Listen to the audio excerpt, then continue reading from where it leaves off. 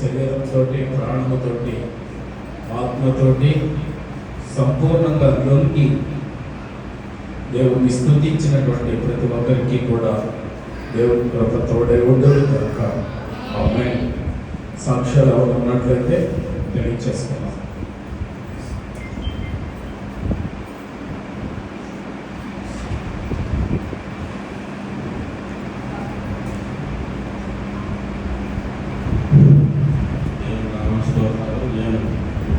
అందరికీ గడిచిన వారంలో అంటే సపాతు అయిన తెల్లారి దేవుడు మా పక్షాన ఆశ్చర్య కార్యాలు చేశాడు.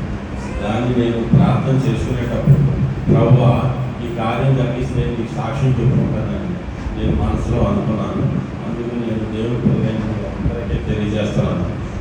ఈ గడిచిన వారంలో, అంతకుముందు వారంలో దైవజనులు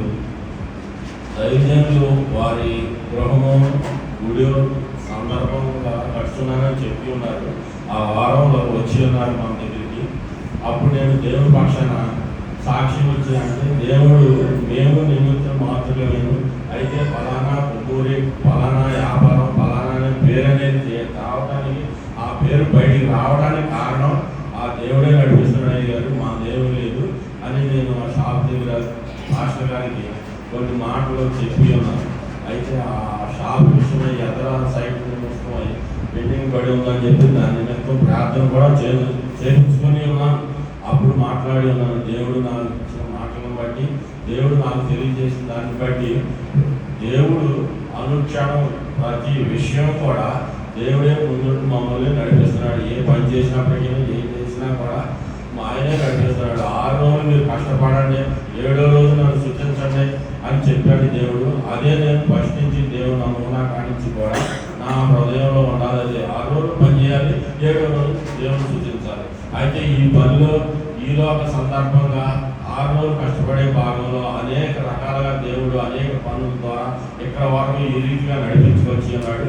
అయితే ఇదే పనిలో 6 రోజులు కష్టపడే భాగంలో వ్యాపారం అనేది పెట్టి ఉన్నాడు. అయితే దీన్ని ఎలాగా ఈ రకంగా ఇక్కడికి ఇట్లా రావడానికి కారణం ప్రతి ఒక్క విషయం కూడా ఆయన చిత్తానుసారం కానీ ఆయన నడిపిస్తూనే జరుగుతుంది. కానీ మా తెలివితేటలో, మా ప్రణయం, డబ్బు విధానం కానీ లేకుండా ఏ ఒక్కటే లేదు అని నేను పాస్టర్ గారి దగ్గర మాట్లాడి ఉన్నాను.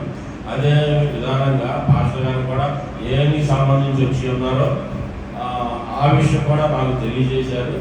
గడిచిన వారంలో ఆ సంభాషణ జరిగింది. పాస్టర్ గారికి నాకు తెల్లారి శనివారం ఆరాధన అయింది. ఆరాధన అయిన తర్వాత ఆదివారం ఉదయం మా ఇచ్చిన కుమారుడు, 2వ కుమారుడు ఫోన్ మర్చిపోయి బయటకు వెళ్ళడం జరిగింది. ఆ విషయంలో ఆ సందర్భంగా ఈ వ్యాపార విషయమే కానీ, అనేక సమస్యల వల్ల కానీ, మనశ్శాంతి విధానమే కానీ, ఏమవుతున్నా కానీ ఫోన్ మర్చిపోయి బయటకు వెళ్ళినప్పుడు మేము అనేక విధాలుగా కలవరం చెంది, మేము ఆందోళన పడి అనేక రకాలుగా ఆలోచన చేసి మేము కొన్ని మాటలు మాట్లాడుతూనే ఉన్నాం. అదే రీతి ఆ రోజున ఈ సన్నిధిలోకి రాత్రి 10 గంటల టైంలో నేను, నా భార్య, పెద్ద కుమారుడు, నా 2వ కుమారుడు, ఇప్పుడు నా మేనవాళ్ళు లక్ష్మి గారు వచ్చి ఇక్కడ ప్రార్థించినప్పుడు నేను ప్రార్థనలో అనుకున్నాను, ప్రభు ఆ కుమారుడు వెళ్ళింది ఏ విషయం అన్నామని, ఏ సందర్భం అన్నామని, ఈ తెల్లారేసరికి అలా వస్తే కనుక నీ సన్నిధిలో నిలబడి నేను సాక్షి చెప్పుకుంటాను అని నేను మనసు అనుకున్నాను. ఆ అనుకున్న దానికి దేవుడు నాకు చేసిన కార్యాన్ని బట్టి నేను ఈ సాక్ష్యం చెప్తున్నాను. అలాగే ఈ సిన్ని సంఘం విషయమై మన దైవజనులు కూడా ఒకసారి మనకి ఇచ్చున్నారు. కొన్ని సంఘాలను వదిలిపెట్టి నేను ఇక్కడికి వస్తున్నాను అన్నారు. అలాగే ఇక్కడికి వచ్చే విషయంలో ఏంటి ప్రభువా, దేవుడు ఆయన అనేకమైన వాగ్దానాలు మన లేఖనంలో పెట్టి ఉన్నాడు. దాని సందర్భంగా నేను అన్ని ఊహించుకుని, మీరు నా తట్టుంటే నేను మీ తట్టుంటాను అన్నారు. ఏంటి ప్రభువా, మీకు అవమానం జరగకూడదు, మా నిమిత్తంగా, మా సంఘం నిమిత్తంగా ఏం చేయాలి, ఇలాగే ఇక్కడికి వచ్చి ఇలా జరగటం టైంలో ఏంటి మరి ఇలాగా అనే ఒక ఎటువంటి విషయం బయటికి రాకూడదు ప్రభా. మీరే కాపాడాలి, మీరే నడిపించాలి, ఎవరి మనసునైనా మార్చేది మీరే, మా వల్ల అయితే ఏమీ కాదు. మీరు మళ్ళీ యథా ప్రకారంగా ఈ ఆరాధన ఎలాగే కొనసాగించాలంటే అది చేసేది మీరు మాత్రమే, మనుషుల వల్ల ఏది కాదు. నేను అలా మళ్ళీ యథా ప్రకారంగా జరిగించేదంటే నేను సాక్ష్యం చెప్పుకుంటాను అని అన్నారు. అయితే దైవజనులు ఈ పని చేస్తేనే నేను ఈ పని చేస్తానని అనకూడదు అని అంటున్నారు. అయినప్పటికీ మానవులు కనుక నేను ఆ రీతిగా అనుకున్నాను. దేవుడు అదే రీతిగా నువ్వు అడిగితే కనుక నేను ఇస్తాను అన్న మాట రీతిగా దేవుడు నేను అడిగాను, ఆయన ఇచ్చారు. మళ్ళీ యథాప్రకారం ఈ ఆరాధన జరగాలని నేను కోరుకున్న రీతిగా ఆయన మళ్ళీ నడిపిస్తానికి ఏర్పాటు చేశాడు. ఈ మాట్లాడిన మాటల్లో కానీ, అప్పుడు తలంపుల్లో కానీ, ఆ ఆలోచనలో కానీ దేవుడికి వ్యతిరేకంగా ఆయనకి ఇష్టం లేని ఎటువంటి మాట మాట్లాడినప్పటికైనా, ఆయనకి ఇష్టం లేని పనులు చేసినప్పటికైనా, ఆ ఆజ్ఞలు మీరినప్పటికైనా తప్పు తెలుసుకుని మళ్ళీ వస్తే నేను క్షమిస్తాను అన్నాడు కనుక అదే రీతిగా దేవుడు మళ్ళీ మనం ఇలా నిలబెట్టేందుకు ఆయన లెక్కలేని స్థుతులు చెల్లించుకుంటున్నాను. ఈ సంఘాన్ని దేవుడు ఎప్పుడు ఇలాగే కొనసాగించాలని నేను దేవుడి పేరు వేడుకుంటున్నాను. దానికి సంబంధించి మన దైవజనులు కానీ మన సంఘస్థులు కానీ అందరూ కూడా బలంగా ప్రార్థన చేయాలి. ఎప్పుడు చేసినప్పటికీ ఇంకా కూడా మనం ఏకాంతంగా సక్రంగా జరగాలి అంటే కనుక ఆయనకి పక్షాన జరిపించాలి. ప్రభుత్వం ఇదే భారం మా వల్ల అయితే కాదు, అనేక రకాలుగా చెడగొడతారు కానీ ఎన్నో విధాలుగా ప్రయత్నం చేస్తూ ఉంటుంది. అయినప్పటికీ నేను కూడా మనం పట్టుదల కలిగి ఏమైనా సరే అది మనం పట్టుదల కలిగి ఆయన పక్షాన్ని ఉంటే ఆయన కనుక మన పక్షాన్ని ఉంటే దానివల్ల ఏమీ కాదు, దాన్ని దూరంగా పాల్గొడతారు. మనం వచ్చిన కాడి నుంచి అనేక విషయాలు అనేక రకాలుగా ఎటుకట్టు ఏదో రకంగా చెడగొట్టాలనే ప్రయత్నం చేస్తుంది. అయినప్పటికీ మనం కనుక ఆయన ఆజ్ఞ మేరకుండా ఆయన పక్షాన మనం నిలబడి ఉంటే మన దేవుడు ఖచ్చితంగా ఆయన మాట నిలబెట్టుకుంటాడు, ఆయన నడిపిస్తాడు. మనకు ఎదురులేదని నమ్మకం నాకుంటే మనందరం కూడా ఆయన పక్షాన్ని నిలబడి ఆయన ఈ ఆరాధన 6 రోజులు మనం ఏ పనన్నా చేసి కష్టపడుకుని 7వ రోజు సూచించే భాగ్యం ఆయన మనకి ఇచ్చాడు. అదే కొనసాగాలి అంటే మనం అదే పట్టుదలలో ఉండాలి అని నా కోరిక. ఈ మాటలు ఏమైనా పొరపాటు ఉంటే కనుక నన్ను క్షమించండి. నేను సాక్ష్యం చెప్పుకుంటాను. ప్రభువాని సన్నిధిలో నేను ప్రార్థన చేస్తున్నాను. దేవుడు నాకు ఆ కార్యం కలిగించాడు. అలాగే దేవుడు ఎప్పుడు కూడా మనకి కుటుంబాలనే మన సంఘానికి కాదు నుంచి ఎటువంటి ఈ అన్నిలు చెప్పుకునే అవకాశం ఇవ్వకుండా కాపాడి ఎదరికి నడిపించాలని నేను దేవుడి కోరుకుంటున్నాను. ఈ సాక్ష్యంలో ఏమైనా పొరపాటు ఉంటే కనుక నేను నన్ను క్షమించాలని కోరుకుంటున్నాను. ఈ చిన్ని సాక్ష్యం దేవుడు దీవించును కాక.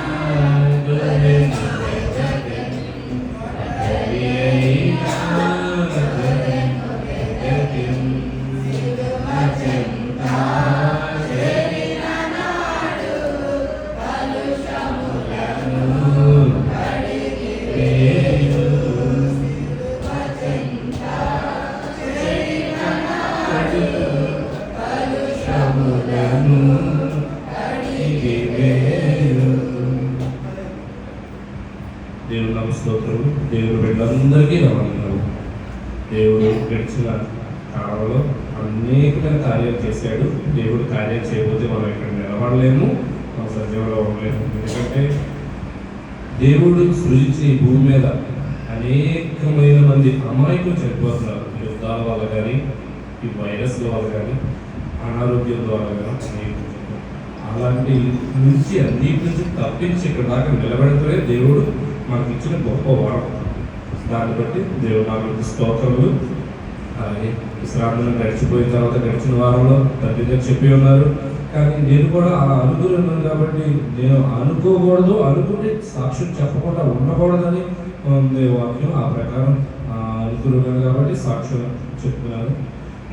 తండ్రి గారు చెప్పినట్టే ప్రతిదీ కూడా దేవుడు కార్యం చేయకపోతే, మనిషి హృదయాన్ని దేవుడు పరిశీలించి క్షేమంగా నడిపించకపోతే భాషగా చెప్తా ఉంటారు, ఒక క్షణం చాలు జీవితం తలకింద అయిపోవడానికి. దేవుడు క్షేమంగా నడిపిస్తేనే ఏదైనా ఉంటుందని చెప్తారు. ఆ ప్రకారం దేవుడు గడిచే కాలంలో చాలా పెద్ద కార్యాన్ని ఎవరో జరిగించి ఉన్నాడు. దానిని బట్టి దేవుడి నామమునకు స్తోత్రములు. అందరూ కూడా సంఘస్థులు అందరూ కూడా ఒకరి కొరకు ఒకరు ప్రార్థన చేసుకోమని చెప్పిన మాట ప్రకారం అందరూ ఒకరి కొరకు ఒకరు సన్నిధి కొరకు, దైవదాసుల కొరకు క్షేమంగా దేవుని సన్నిధి అభివృద్ధి పొందేలాగా అందరూ కలిసి దేవుడిని స్తుతించు సంతోషంగా ఏక మనసు ఏక హృదయంతో దేవుని స్తుతించమని దేవుడు చెప్పిన మాట ప్రకారం అందరూ ఏక హృదయంతో దేవుని స్తుతించు దేవుని సన్నిధికి అందరూ నడిపించబడి అందరూ సంతోషంగా దేవుని పొందుతూ దేవుల్లో ఎదుగుతూ ఉండాలని దాని కొరకు అందరూ బలంగా ప్రార్థన చేయాలని, అలాగే కుటుంబం కొరకు, తల్లిదండ్రుల కొరకు, సహోదరుల కొరకు, అందరి కొరకు కూడా దేవుడు ప్రార్థన చేసిన కార్యాలను బట్టి ఎక్కిస్తుంది. మీరు అందరూ కూడా బలంగా ప్రార్థన చేయాలని కోరుకుంటున్నాను. చిన్న సాక్ష్యం దేవుడు దీవించుకుంటారు.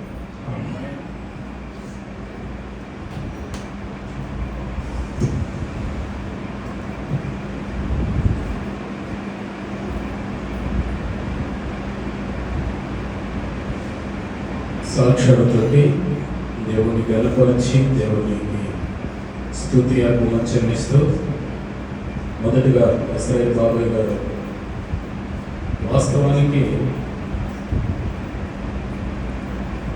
ఆయన వరకు ఆయన జీవిత ప్రయాణంలో విజయం సాధించారు. ఆయన కుటుంబం వరకు ఇక్కడ మీ ఎదుటి మరి మీకు అనిపించిందో లేదో తెలియదు, ఆయన కన్నీళ్ళు పెట్టారు. పైకి కనపడలేదు కానీ ఆయన ఆత్మలో మూలుగున తినబడింది. తన గురించి, తన భార్య గురించి కాదే కాదు, తను ఒక పచ్చని చెట్టులాగా కొంతమందికి నీడనిచ్చారు.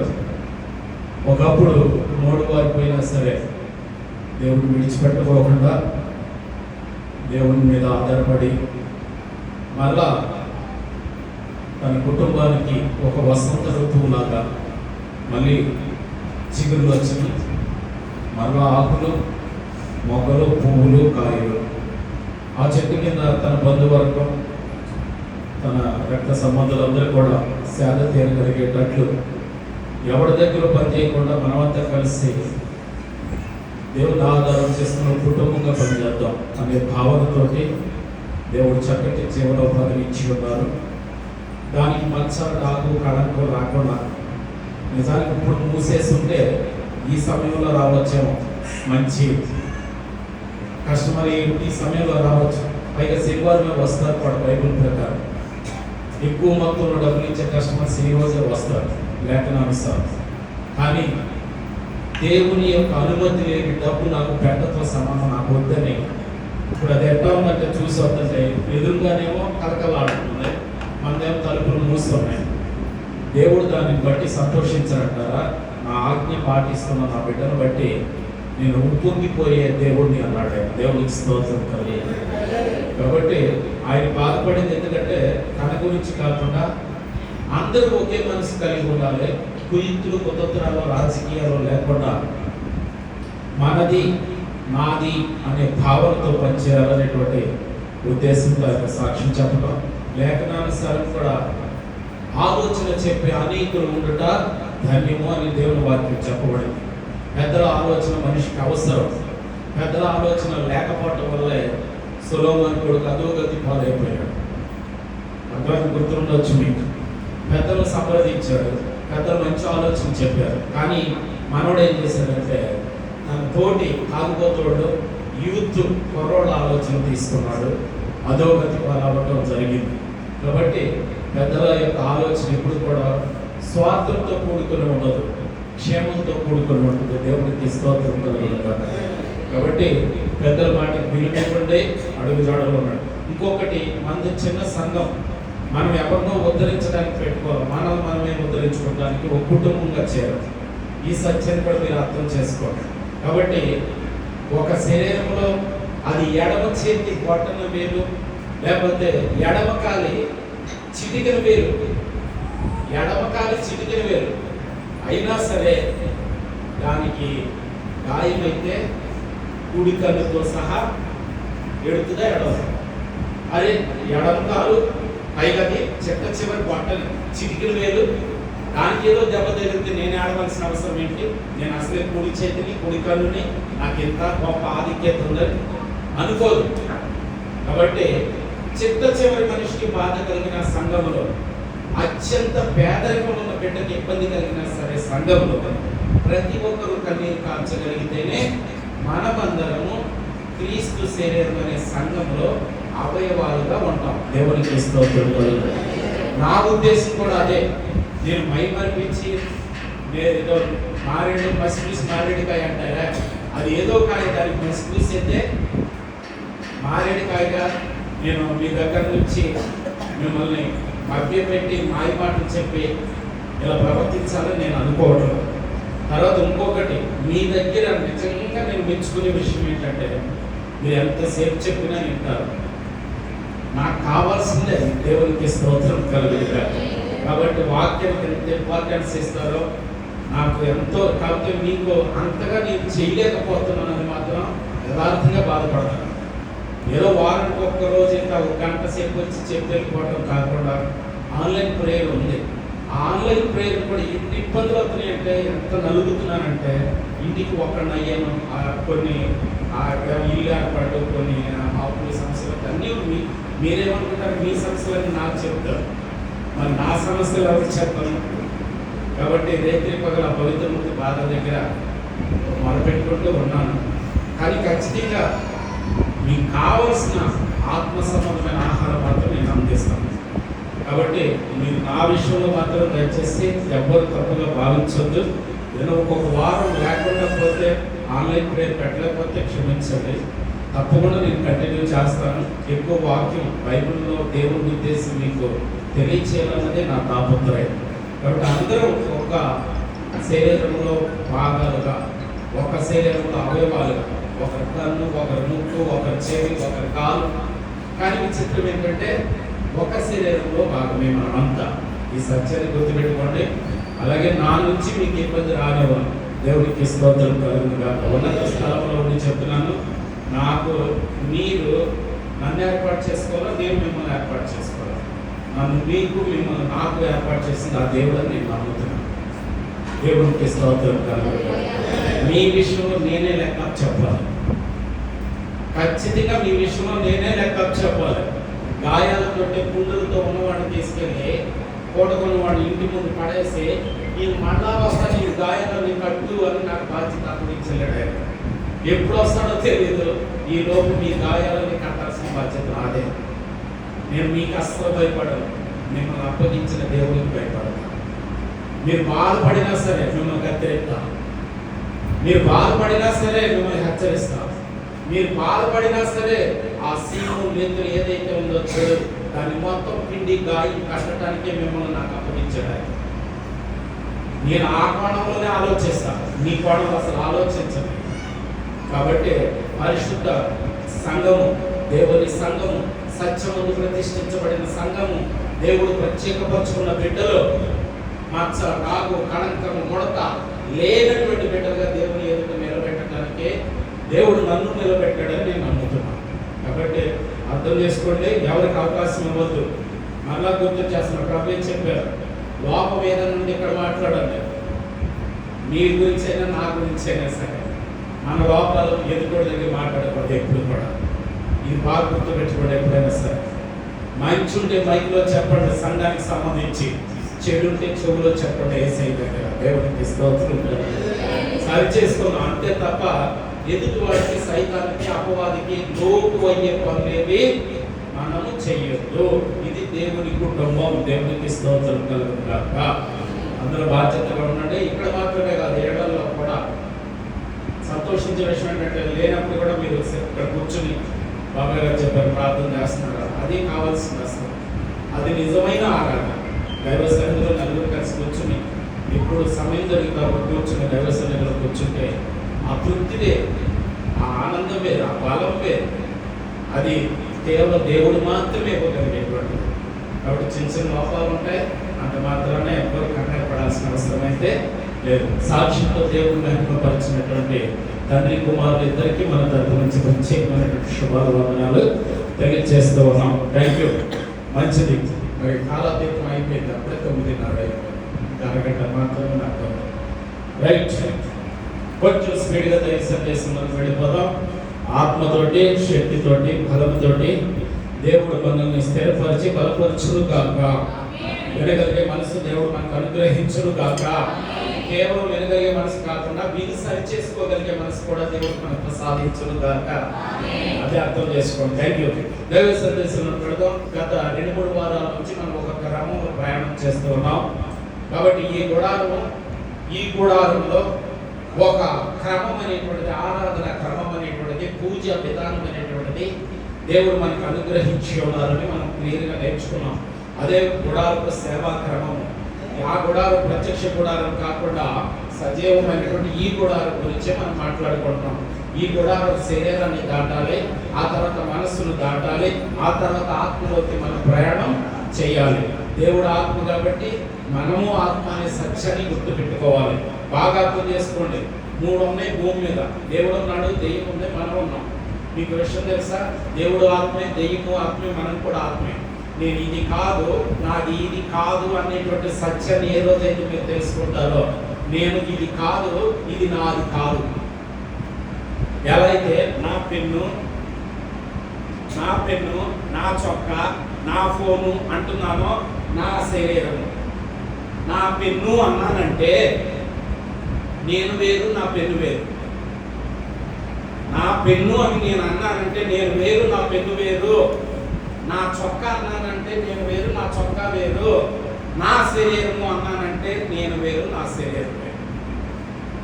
నేను చొక్కా వేసుకున్నానంటే, నేను శరీరాన్ని ధరించుకున్నానంటే, శరీరాన్ని ధరింపచేసిన వాడు ఆయనే. అసలైన నేను వేరు, అదే ఆత్మ. అదే గుర్తుపెట్టుకోవాలి ప్రతి ఒక్కరు కూడా. ఏదో ఒక రోజు ఇది మురికి పడితే తీసుకో, హుక్కుకి తగిలించినట్టు, వంకాయకి తగిలించినట్టు ఇది కూడా మురికి పట్టక మానదు. దీన్ని కూడా ఏదో ఒక రోజు విడిచి వెళ్ళక మానదు. కొరింథీ పత్రిక 2 కొరింథీ పత్రిక 5వ అధ్యాయం 1వ వచనం. ఇది ఏదో ఒక రోజు శిథిలమైపోక మానదు. ఇది ఏదో ఒక రోజు మురికి పట్టి, మచ్చలు పడి, ముడతలు పడి, దాగులు పడి, రంధ్రాలు పడి పనికి రాకుండా పోయే రోజు ఒకటి ఉంది. రాసిన ఆయన అక్కడ ఆ మాట 2 కొరింథీ పత్రిక 5వ అధ్యాయం 1వ వచనం. అమ్మా, ఎక్కడ? భూమి మీద మన గుడారానికి ఇంటికి తేడా ఉంటుంది. గుడారం ఎప్పుడు పడితే అప్పుడు పీకేయచ్చు, ఇల్లు పీకితే గీయలేదు. దీన్ని ఇల్లు అన్నా ఆయన, ఈ శరీరాన్ని ఇల్లు అన్నా, గుడారం మాత్రం అన్నారు. పీకేస్తాడు ఎవరితో ఒక రోజు, ఖచ్చితంగా పీకేస్తాడు. ఎందుకంటే గుడారంలో ఉండాల్సిన సరిగ్గా ఉండలేదు అనుకో, అద్దెకిచ్చినోడు ఇల్లు యజమానుడికి అనుకూలంగా అద్దెకున్నవాడు ఉండలేదు అనుకో, అద్దెకిచ్చినోడు కాడి చేపించడా? గోడకు మేకులు కొట్టావు, గోడ పగలు కొట్టావు, టైం సేపు కొట్టావు, ఇవి గీతలు గీసారు పిల్లలు. ఎదవ నిర్జీవమైనటువంటి ఇంటికే మచ్చలుంటే ఒప్పుకోవట్లేదు. సజీవమైన ఈ గుడారానికి మచ్చలుంటే ఆయన ఒప్పుకుంటాడా? ఈ ఇంట్లో పెట్టింది ఆయన కదా. మరి రాత్రి పెట్టింది 2వ అధ్యాయం 7వ వచనం ఏం చెప్పింది? ఆదికాండం.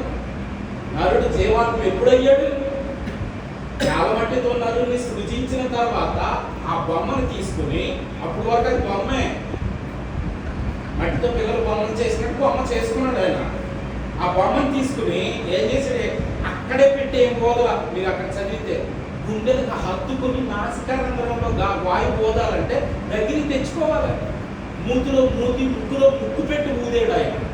అంత ప్రేమించాడు ఆయన నిన్ను. అర్థమవుతుందా మీకు? 2:7 ఏం చెప్పింది? ఆదికాండం.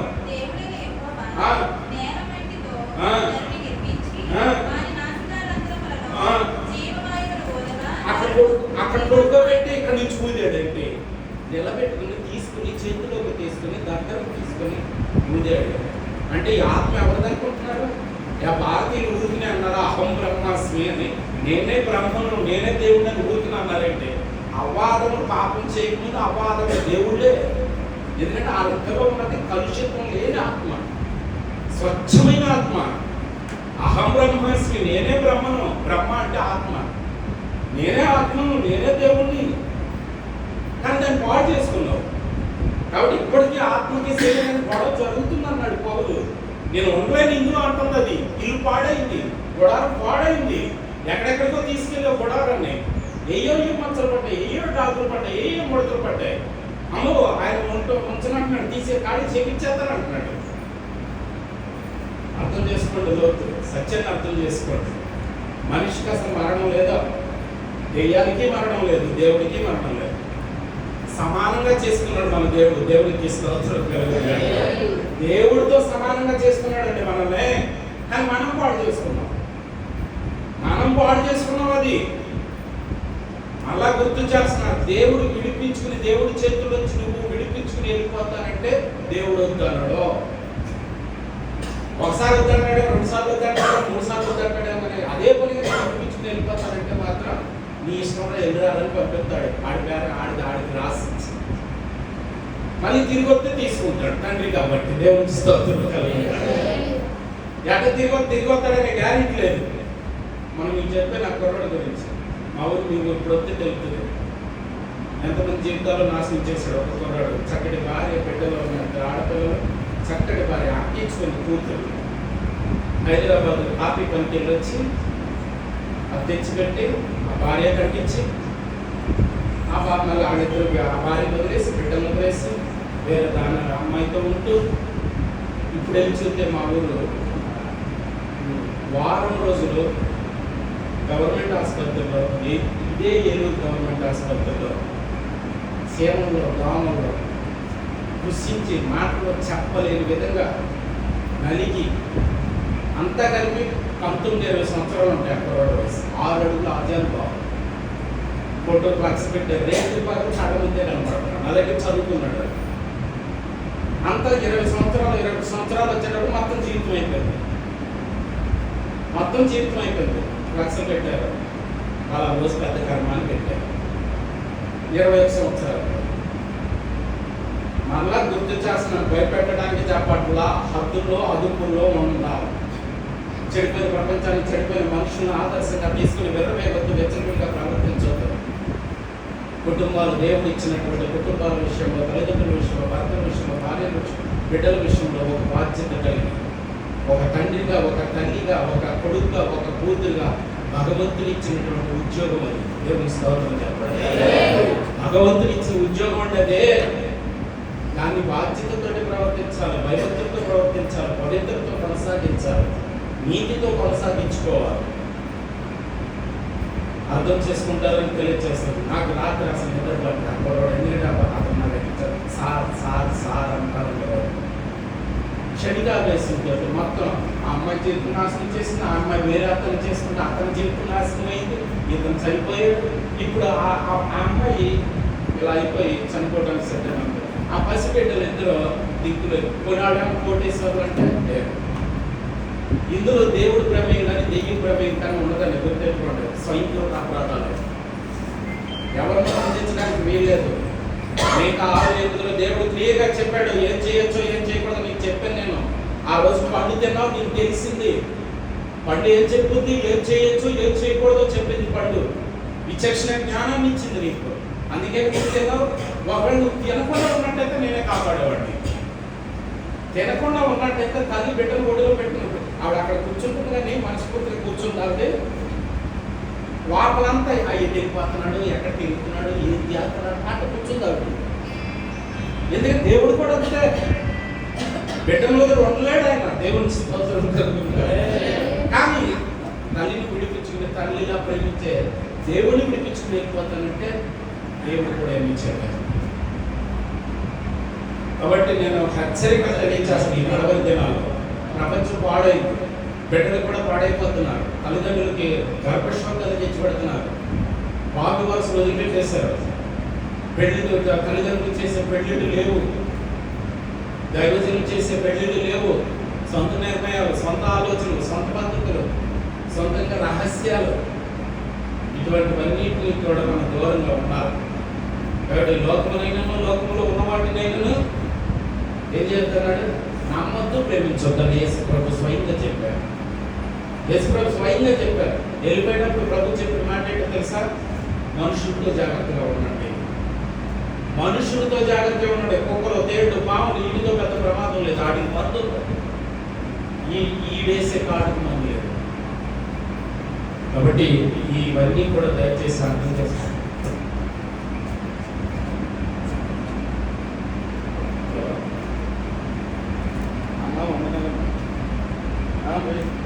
విషయం గుర్తున్నామా చెప్పి బ్రేక్ చేపిస్తాను. అవునా వెయిట్ ప్రాబ్లం ఉంటుంది, వెయిట్ తక్కువ.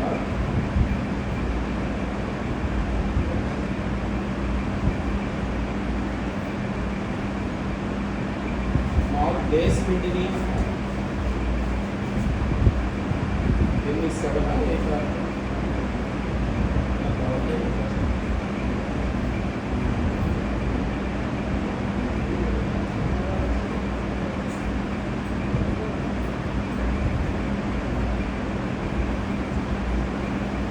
తప్పకుండా నాకు వాయిస్ మెసేజ్ చూసి నేను తప్పకుండా నేను ప్లే చేస్తాను.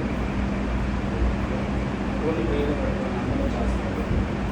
అలా వందనాలు.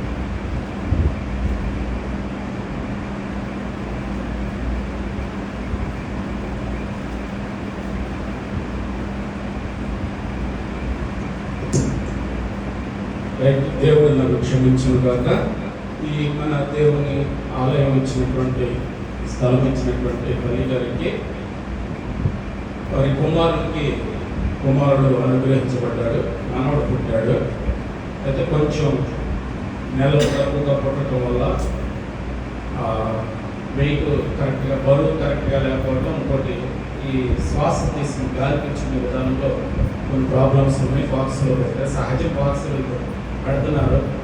అయితే మన సంఘం, దేవుని సంఘం అంతా బిడ్డ కొరకు, ఆ పసిబిడ్డ కొరకు ప్రార్థన చేయమని ఆవిడ ఫోన్ చేశారు. నాకు వాయిస్ మెసేజ్ కూడా పెట్టారు. తప్పకుండా చివరిలో అందరూ తప్పకుండా విషయంలో ప్రార్థన చేద్దాం. దేవుడు ఆ పసిబిడ్డకు పూర్ణ ఆయుష్ అనుగ్రహించును గాక. ఆమేన్. Right, okay. దైవ సందేశంలోకి పెడదాం. బైబిల్ ఓపెన్ చేస్తే 2 వాక్యాలు జ్ఞాపకం చేసుకున్నాం. నిర్గమకాండము 27వ అధ్యాయము. నిర్గమకాండము 27వ అధ్యాయము 20-21 వచనాలు. జాగ్రత్తగా వినండి. ఈ రోజుతోటి ఈ అంశాన్ని నేను పూర్తి చేయదలుచుకున్నాను. వినండి అందరూ కూడా. చదవండి.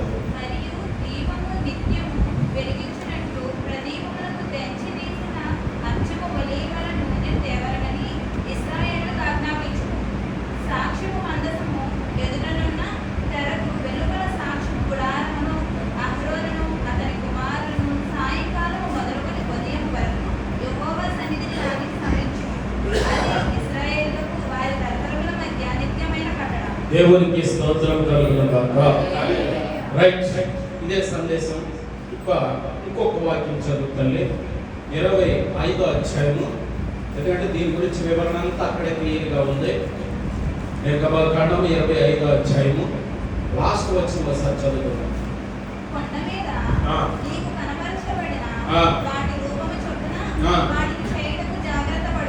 దేవునికి స్తోత్రం కలుగును గాక. రైట్, వినండి జాగ్రత్త. ఇంకా మీరు బైబిల్ తీయాల్సిన అవసరం లేదు, నా మాటలు వినండి. మనం గుడారంలో, ప్రత్యక్ష గుడారంలో ఒక్కొక్క మెట్టు ఎక్కుతూ మందసం దగ్గరికి, అత్యున్నత స్థలం, అతి పరిశుద్ధ స్థలం, దేవుడు మాట్లాడే స్థలం, దేవుడు కూర్చునే స్థలం, దేవుని ప్రసన్నతను చూడగలిగేటువంటి స్థలం, అదే అతి పరిశుద్ధ స్థలం. ఆ నిబంధన మందసం మీద, ఆ యొక్క కరుణ పీఠము మీద, ఆ యొక్క కృపా సింహాసనము మీద, అర్థం చేసుకోండి పదాలు. కరుణా పీఠము, కృపా సింహాసనం. ఎవరైతే ఇదివరకు ఆంధ్ర క్రైస్తవ కీర్తన అద్భుతమైన పాట, సాధ్యమైతే ఈ పాటను మీ యూట్యూబ్లో చూసి పాడడానికి ప్రయత్నం. కరుణా పీఠము చేరరే అని ఒక పాట ఉంటుంది, అద్భుతం. ఎవరెవరు ఆ కరుణా పీఠం చేరి ఏమేమి తిరిగి తీసుకెళ్లారు, ఆ కరుణామూర్తి ఆ కరుణా పీఠం మీద కూర్చున్న ఆ కరుణామూర్తి దగ్గర కన్నీటితో ఆ విజ్ఞాపన చేసి, కన్నీటితో ఆయన పాదాలు కడిగి ఏమి ఆయన దగ్గర నుంచి తీసుకెళ్లారో ఒక్కొక్క భక్తుడి గురించి రాశారట ఆ పాటలు. కరుణాపీఠము చేరరే అని అద్భుతమైన పాట అది. కాబట్టి ఆ కరుణాపీఠం చేరే వరకు మన భక్తి అంతే కదా. ఇంకా మళ్ళా ఎగ్జాంపుల్ చెప్తున్నా. ఒక 6 అడుగుల లోయ ఉంది. 6 అడుగుల లోయ మనం దాటేయాలంటే 6 అడుగుల లోయ దూకేయాలి. 5 అడుగులు దూకితే లోయలోనే ఉంటాం. 4 అడుగులు దూకితే లోయలోనే ఉంటాం. 3 అడుగులు దూకితే ఇప్పుడు 4 అడుగులు దూకినోడు 3 అడుగులు దూకినోడుతో నీకంటే ఒకటి ఎక్కువే దూకేందా అంటాడు. 5 అడుగులు దూకినోడు 3 అడుగులు దూకినోడుతో నీకంటే 2 ఎక్కువ దూకాను అంటారు. విచిత్రం ఏంటి తెలుసా? 5 అడుగు 4 అడుగు 3 అడుగు కూడా లోయలోనే ఉన్నారు. సో మన భక్తి కూడా అర్థం చేసుకోండి. 6 అడుగులు దూకైతేనే ఆ వైతరిణి నది అంటారా మనం ఆత్మీయులేటప్పుడు. గుర్తుందా మీకు ఎవరికైనా? పున్నామ నరకాల్లో 21 నరకాల్లో వైతరిణి నది ఒకటి వస్తుంది. అందుకే ఏడులోకి వెళ్ళేటప్పుడు గోవుల్ని దానం చేయడం బ్రాహ్మణుడికి, ఆ ఆవు నదిలోకి వస్తుందని, ఆ ఆవుతో పట్టుకుని మనం ఆ నది దాటిస్తుందని, కుక్కలకి కాకులకి అన్నం ఇస్తే ఆ కుక్క కూడా మనల్ని ఆ నది దాటిస్తుందని మన పురాణాల్లో ఉన్నాయి. వైతరిణి నది సీములు ఇద్దరు ప్రవర్తించేటువంటి నది. పాపం చేసిన వాళ్ళు ఆ నది దాటి వెళ్ళాలి. కానీ ఆ నది దాటి వెళ్తాం అంత తేలిక కాదు. ఆ ఇలా కొత్త ఇంటికి వెళ్ళేటప్పుడు ఆవుని గోడని లోపలికి తీసుకెళ్తేనో, బ్రాహ్మణుడికి ఆవుని దానం చేస్తేనో, కాకులకేమో ఎంగిలి చేతితో అన్నం వేయకోకుండా కుక్కకి కాకి ఎంగిలి చేతితో అన్నం అయితే అది అర్థం జరిగిందంట.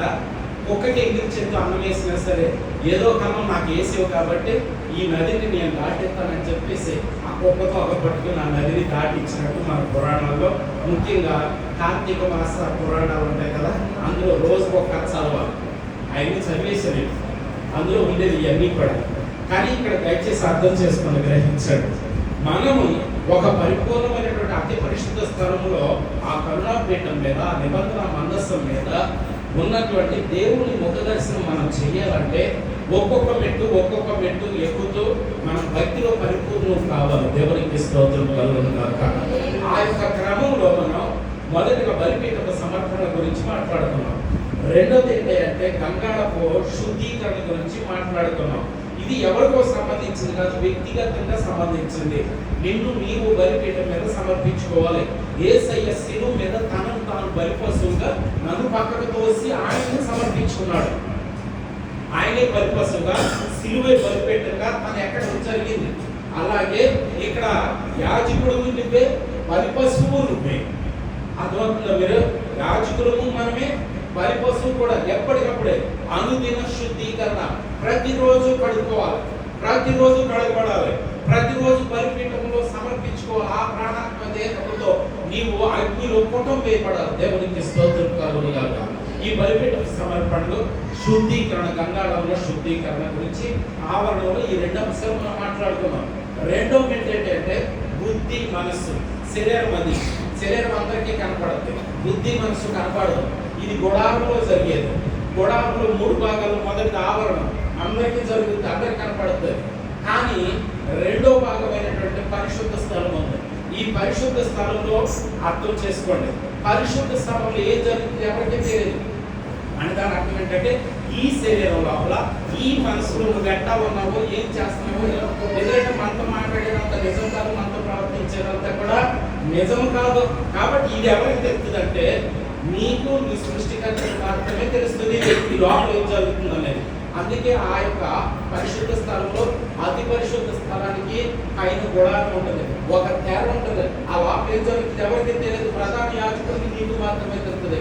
అక్కడ సేవ అక్కడ చేస్తూ ఉంటాడు. ప్రధాన యాజకుడు ఎవరంటే యేసు ప్రభు వారు ప్రధాన యాజకుడు. నువ్వేంటనేటువంటిది, నువ్వేం చేస్తావు అనేటువంటిది ప్రతి నిత్యము కూడా ప్రధాన యాజకుడు నీ లోపల ఆలోచన ఏంటి, నీ లోపల ప్రవర్తన ఏంటి, నీ లోపల నడవడిక ఏంటి, నీ లోపల నీ యొక్క ఊహలు ఏంటి, ఇవన్నీ కూడా ప్రధాన యాజకుడు ఎప్పుడు కూడా గమనిస్తూనే ఉంటాడు. అది లోపల జరిగేది. అందుకే అది జాగ్రత్తగా ఉండాలి. ఆ ఊహలు జాగ్రత్తగా ఉండాలి, ఆలోచన జాగ్రత్తగా ఉండాలి. మనిషిని తీసేది ఆలోచనే, మనిషిని బాగు చేసేది ఆలోచనే, మనిషిని ఆరోగ్యం ఇచ్చేది ఆలోచనే, మనిషిని అధోగతి పాలు చేసేది కూడా ఆలోచనే. అన్ని రకాల శక్తుల నుండి కూడా స్వచ్ఛపడిపోయేటట్టు చేసేది ఆలోచనే. అర్థం చేసుకోవడం బాగా. కాబట్టి అందుకనే దేవుడు ఏమన్నాడంటే నీ మనసు నీకు పిచ్చిపెట్టేటట్టు చేస్తుంది కాబట్టి నీ మనసు నా మీద వదిలో. దేవునికి స్తోత్రం కలుగును గాక. లేనిపోని ఆలోచన నీ మనసులోకి రానివ్వను. 4వ అధ్యాయం ఫిలిప్పీయులకు రాసిన పత్రిక 4వ అధ్యాయం 7వ వచనం. నిన్ను బాధ పెట్టి నిన్ను సచ్చుపడేటట్టు చేసి నీకు సద్దు లేకుండా చేసి నిర్జీవంగా పడేసి తిన్నా వంట పట్టనివ్వకుండా చేసిన ఆలోచన, అటువంటి కలవర పెట్టి భయపెట్టి బాధ పెట్టి ఆలోచన నీ మనసులో నేను రానివ్వకుండా అడ్డుకట్ట వేస్తానని పిలుపులు రాసిన పత్రిక 4:7 వచ్చినట్టు క్లియర్గా ప్రభు చెప్పారు. అందుకే అటువంటి బాధ పెట్టి భయపెట్టి కలవర పెట్టి ఇబ్బందులు పెట్టి మనసు ఏదైతే ఉందో అది నీ వల్ల కాదు కాబట్టి నువ్వు తీసుకొచ్చి నా మీద ఆధారపడేటట్లు చెయ్యి. యెషయా 26:3-4 వచ్చిన క్లియర్గా ప్రభు రాసించారు. అక్కడ ఎవరి మనసు నీ మీద ఆధారపడిన వాడికి మాత్రం ఈ భూలోకంలో శాంతి, పూర్ణ శాంతి. డబ్బు కాదు శాంతి, ఆరోగ్యం కాదు శాంతి, ఆస్తులు కాదు శాంతి, బిడ్డలు కాదు శాంతి, దేవుడే మన శాంతి. దేవునికి స్తోత్రం. ఎవరి మనసు అయితే భగవంతుడి మీద పరిపూర్ణంగా ఆధారపడుతుందో, భగవంతుడితో మమేకమైపోయి ఉంటుందో, భగవంతుడితో కలిసిపోయి ఉంటుందో వారికి మాత్రమే పూర్ణ శాంతి ఈ లోకంలో. ఒకవేళ నిజంగా డబ్బే మనశ్శాంతి ఇవ్వగలిగితే కనుక డబ్బున్నవాడు చాలా మంది ఆత్మహత్యలు ఎందుకు చేసుకుంటున్నారు? కోటేశ్వర్లు ఆత్మహత్యలు ఎక్కువగా, కోటేశ్వర్లే ఆత్మహత్యలు జరుగుతున్నాయి ఈ రోజున. అవి కూడా బయటికి కనపడతలా, భద్రాయి వారు కనపడతలా. అరే ఆడికేంటి అలా చేయాల్సిన అవసరం ఏంటని భద్రాయి వీళ్ళు అనుకుంటున్నారు. దానికి కారణం ఏంటో తెలుసా? మనస్సే. కాబట్టి మనిషి మనశ్శాంతిని ఇచ్చేటువంటిది డబ్బు కాదు, మనశ్శాంతిని ఇచ్చేది భగవంతుడితో సంబంధం మార్చడమే. భగవంతుడితో పూర్తిగా క్రీస్తుని ధరించుకుని క్రీస్తుని బాప్తిసం పొందే వాడికి మాత్రమే మనశ్శాంతి. ఈ సత్యం మీరు అర్థం చేసుకోవాలి. రైట్. అక్కడి నుంచి వచ్చిన తర్వాత ఈ పరిశుద్ధ స్థలంలో మొదటి వస్తువు ఏంటంటే దీపపు స్తంభము. దాని హెబ్రీ భాషలో మీనోరా అన్నారు. దానిని ఎన్ని కేజీలతో తయారు చేస్తారని చెప్పారంటే 100 కేజీలు. 100 కేజీలు బైబిల్లో 40 ఈసులు అని రాశారు. 40 ఈసులు ఎందుకంటే 40 మంది రాయాలి కాబట్టి. ఈ దీపోత్సవం ఏం చెప్పిందంటే బైబిల్లో ఉండవలసిన పుస్తకాల గురించి చెప్పింది. బాగా అర్థం చేసుకోండి. ఈ దీపస్తంభాన్ని ఎట్టబడితేటగా ఉండకూడదు. దీపస్తంభం కూడా నిలువుగా నిటారుగా ఏకాండము అన్నారు, మధ్యలో ఉంటుంది. తర్వాత కింద నుంచి 2, తర్వాత ఇంకో 2, తర్వాత ఇంకో 2, మొత్తం ఇటు 3 ఉండాలి. అదే బైబిల్లో చెప్పిన దీపస్తంభం. ఈ మధ్యగా మీరు నెట్లో కొట్టు చూసిన ఇటు 4 ఉంటాయి, ఇటు 4 ఉంటాయి, ఇటు 5 ఉంటాయి, ఇటు 5 ఉంటాయి. ఇంకో విచిత్రం ఏంటి తెలుసా? ఇవన్నీ సమానంగా ఉండాలి. మధ్యలో ఉన్నది యేసు ప్రభువు, దాని నుంచి వచ్చినవన్నీ మనం. విచిత్రం ఏంటి తెలుసా? భూమి మీద కానీ, పరలోకంలో కానీ, ఆకాశంలో కానీ ఏ దేవుడు కూడా మనుషుల్ని తనతో సమానంగా చూసుకోవాలి. శ్రీరాముడు ఉంటాడంటే ఆంజనేయుడు ఎక్కడ కూర్చోబెట్టినాడు చెప్పండి? కాళ్ళ దగ్గర ఉంటాడు, తర్వాత గుండెల్లో ఉన్నాడు, అది వేరే విషయం. ఈ ప్రపంచం ఎక్కడైనా సరే ఆ వినాయకుడు ఉన్నాడు. మూషికం ఎక్కడ ఉంటుంది? కింద ఉంటుంది. ఎలుక ఎక్కడ ఉంటుంది? కింద ఉంటుంది. అలాగే కుమారస్వామి ఉన్నాడు. నెమలు ఎక్కడ ఉంటుంది? పక్కన కింద ఉంటుంది. ఏదైనా తీసుకోండి, నందీశ్వరుడు ఉన్నాడు తీసుకోండి. కానీ ఈ దేవుడు మీకు తెలుసా? ఈ దేవుడు ఏం కోరుకున్నారో తెలుసా? ఎవరైతే ఆ దేవుడితో ఉంటారో వాళ్ళని తనతో సమానంగా చేసుకున్నారు. దేవుడికి స్తోత్రం. ఆ నిట్ట నిలువుగా ఉండేటువంటి ఏకాండము మధ్యలోది ఈ పక్క నుంచి వచ్చిన పిలకలో నుంచి చూసారా? నేను మెయిన్ కదా, నాతో పాటు ఎదగటం ఏంటి అనుకోవాలా. ఆయన ఏమన్నాడో తెలుసా? ఈ పక్క నుంచి వచ్చిన 3 కొమ్మలు కూడా ఇటు 3 కూడా నాతో సమానంగా లేకపోతే ఒప్పుకోలేదు. దేవునికి స్తోత్రం. నేను స్తంభంలో మీరుండు లాగా. ఇంకో విచిత్రమైన తెలుసా? యోహాను సువార్త 14 ఆయన ఏమన్నారు తెలుసా? అయ్యా పరిపూర్ణంగా నా మీద ఆధారపడ్డారా? ఈ లోక వ్యామోహం నుంచి దూరంగా ఉన్నారా? ఏ నిమిత్తం భూమి మీద పుట్టావో, ఎందుకు ఇక్కడ ఉన్నావో, ఏం చెయ్యాలో, ఏం చేస్తున్నావో స్పృహ కలిగి ఉన్నావా? ఆలోచన కలిగి ఉన్నావా? పవిత్రత కలిగి ఉన్నావా? నీతి కలిగి ఉన్నావా? మనసును అదుపులో పెట్టుకుని ఉన్నావా? పంపినవాడిని దృష్టిలో పెట్టుకుని ఉన్నావా? పంపినవాడు లెక్కడుగుతాడనే దృష్టి మనసు నీలో పెట్టుకుని పని చేస్తున్నావా? ఒక పని చేసేటప్పుడు పంపినవాడు అడుగుతాడు, ఈ పని ఎందుకు చేసేవాడు అడుగుతాడు అని స్పృహ నీలో ఉందా అనే వివేకం, విచక్షణ, జ్ఞానం కలిగి ప్రవర్తించేవాడిని ఆయన ఏమన్నాడు తెలుసా? నాకంటే నా తండ్రి కంటే గొప్ప కార్యాలు చేసేటట్టు నేను హెచ్చిస్తానన్నాడు. దేవునికి స్తోత్రం. బాగా అర్థం చేసుకుంటే నా ప్రభువులు నా గొప్పతనం అది. ఈ సత్యాన్ని మనం గుర్తుపెట్టుకోవాలి.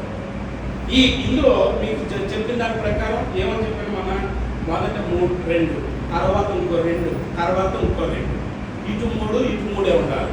మధ్యలో ఏకాండము, ఏక్కు కాండము, ఒకే కాండము, ఏక్కు దేవుడు. దేవుడు ఒక్కడే. పిలుపులో తిమోతికి రాసిన మొదటి పత్రిక 2:5 దేవుడు ఒక్కడే, ఈడు ఒక్కడే, ఇశ్రాయేలు గారు ఒక్కడే, తన భార్యకు భర్త, తన పెద్ద కొడుకు, రెండో కొడుకు, మూడో కొడుకు తండ్రి, ఆ బిడ్డలకి తాత, ఆ ఆఫీసులో పనిచేసే వాళ్ళందరికీ యజమానుడు, ఇన్ని రకాలుగా ఆయన ఉన్నాడుగా. ఇప్పుడు ఆ మనవాళ్ళందరూ వచ్చి నీ భర్త పేరు మా తాత పేరంటే, మామ దగ్గరికి వచ్చి నీ భర్త పేరు మా తాత పేరంటే, పెద్ద ఆయన వచ్చి నీ భర్త పేరు మా నాన్న పేరంటే, అక్కడ ఆఫీసులో పనిచేసే వాళ్ళందరూ వచ్చి యజమానుడి పేరు మా యజమానుడి పేరు మీ నాన్న పేరు అంటే నీ కోపం రాదా? ఎందుకు ఇన్ని అవతారాలు ఎత్తాడు?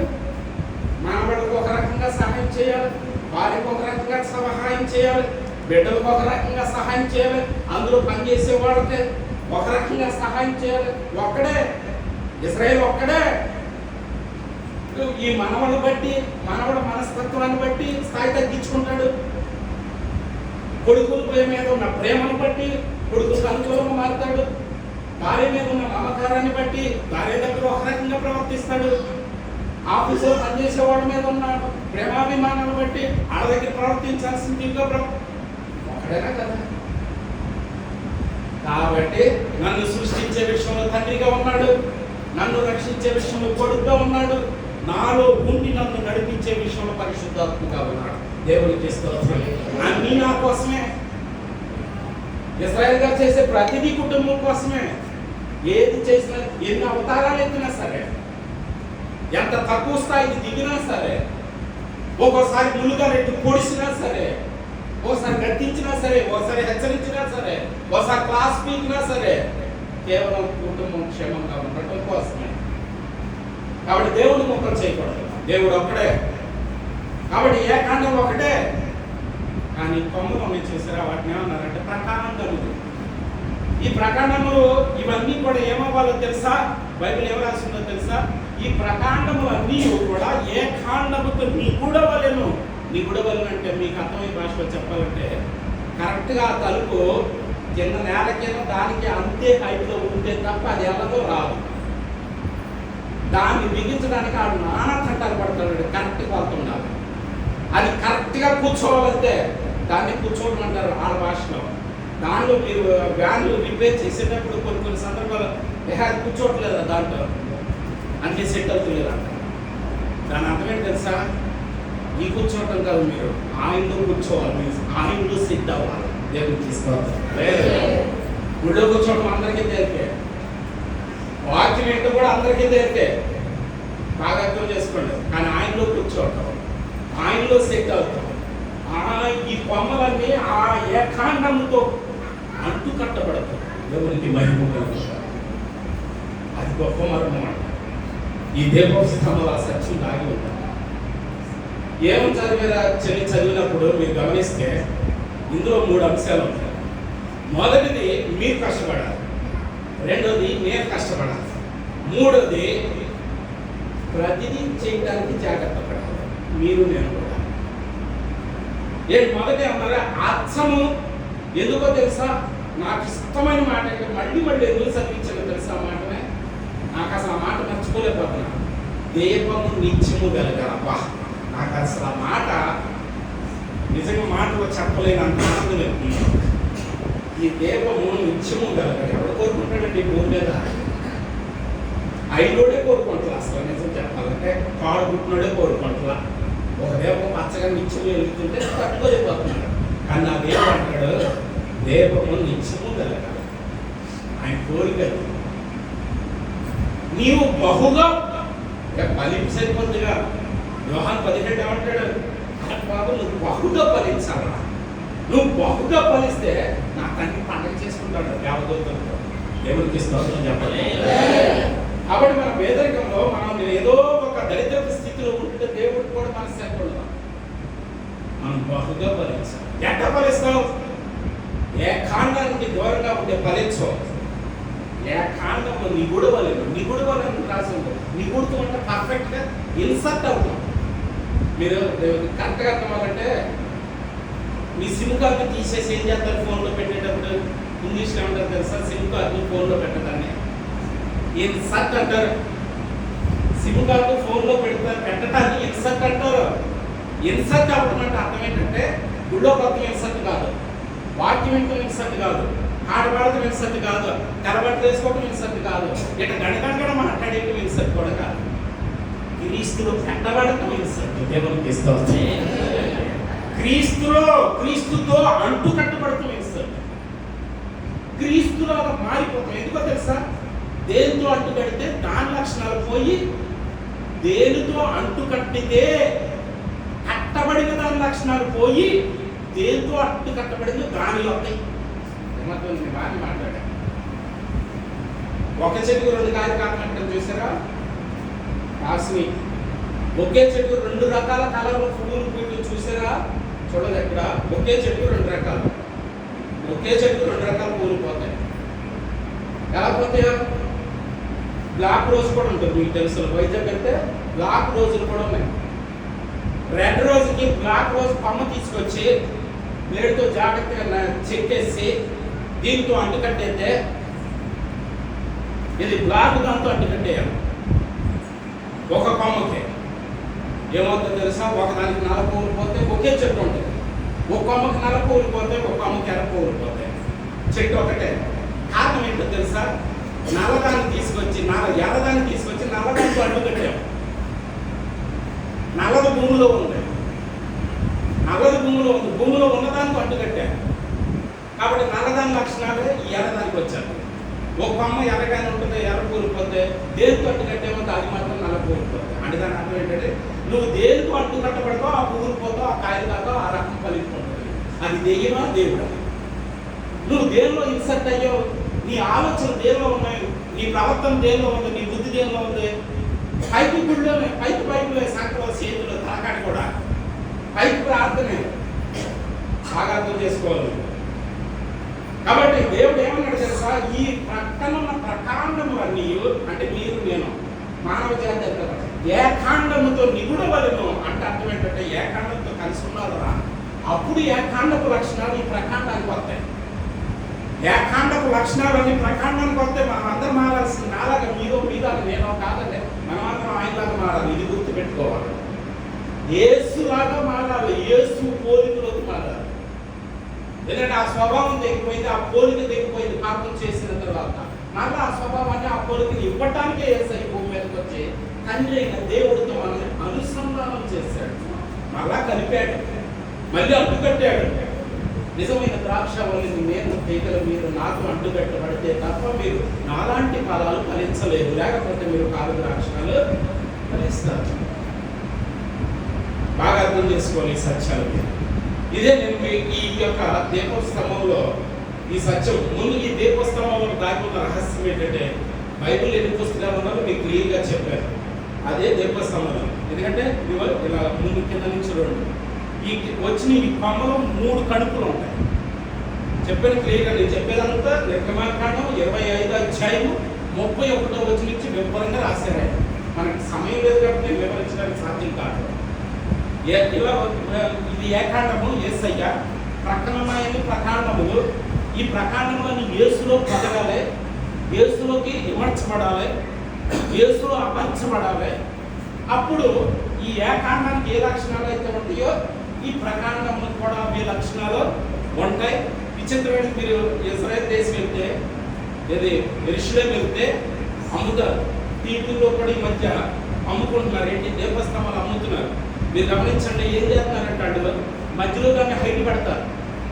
ఎందుకంటే అది యేసయ్య కదా అని. మిగతా అన్ని తక్కువ పెడతారు. కానీ బైబిల్ అలా చెప్పాల, సమానంగా ఉన్నారు. ఏకాండముతో ప్రకాండములన్నీ సమానంగా ఉండాలి. ఆ స్థాయికి ఎదిగే భక్తి నీలో ఉండాలి. దేవునికి స్తోత్రం. అంటే యేసులాగా మారిపోయే భక్తి నువ్వు చేయాలంటే, యేసు నడవడిక, యేసు జీవన విధానం, యేసు ప్రవర్తన, యేసు మనసు, యేసు చూపు, యేసు ఆలోచన, ఆ స్థాయికి ఎదిగే భక్తి నువ్వు చేయతేనే తప్ప మొత్తం నట్టమే మిగతాదంతా. బాగా అర్థం చేసుకోండి. ఎలా చేయాలో ఎలా చేయాలని రాశాడైనా? శుద్ధ సువర్ణము మేలిమి బంగారం. ఏమంటే వెండికి ఇత్తడిది లేకపోతే ఐరన్తో తయారు చేసేసి పై బంగారం కోటింగ్ అయితే ఎవరికి చెప్తుంది? ఇది బంగారం కదా వెండిదని. ఎస్కేల్ అన్నాడు, ఎస్కేల్ ప్రవక్త ద్వారా మట్టి పెంకు మీద వెండిపోత పూసి నువ్వు ఏంటి తెల్లటి బట్ట వేసుకుని నటించేది లోపల చేసి అన్ని చేసి నా మీద రెండు బతుకుతావు. మట్టి పెంకు మీద ఎండిపోతాయి కదా. ఏమనుకుంటాడు లోపల ఉన్నది తాజ్మహల్.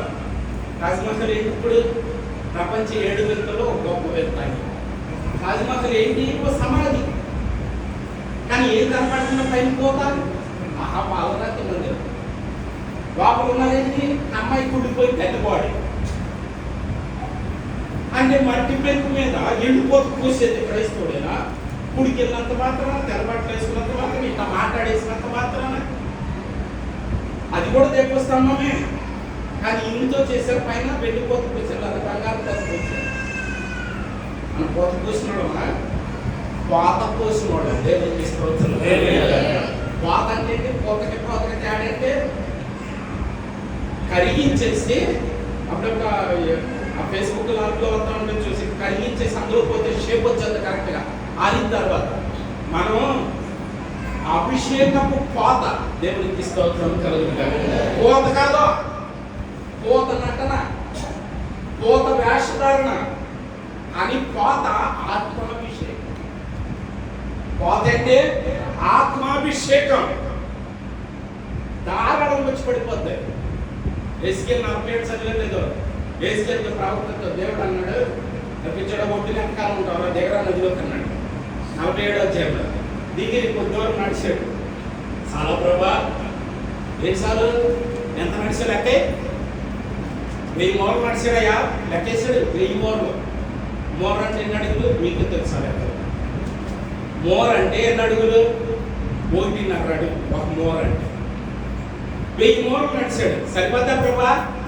నా భక్తి చాలా లాగి అమ్మే కొట్టే ఇంకో 1000 అడుగులు సరిపోద్దా?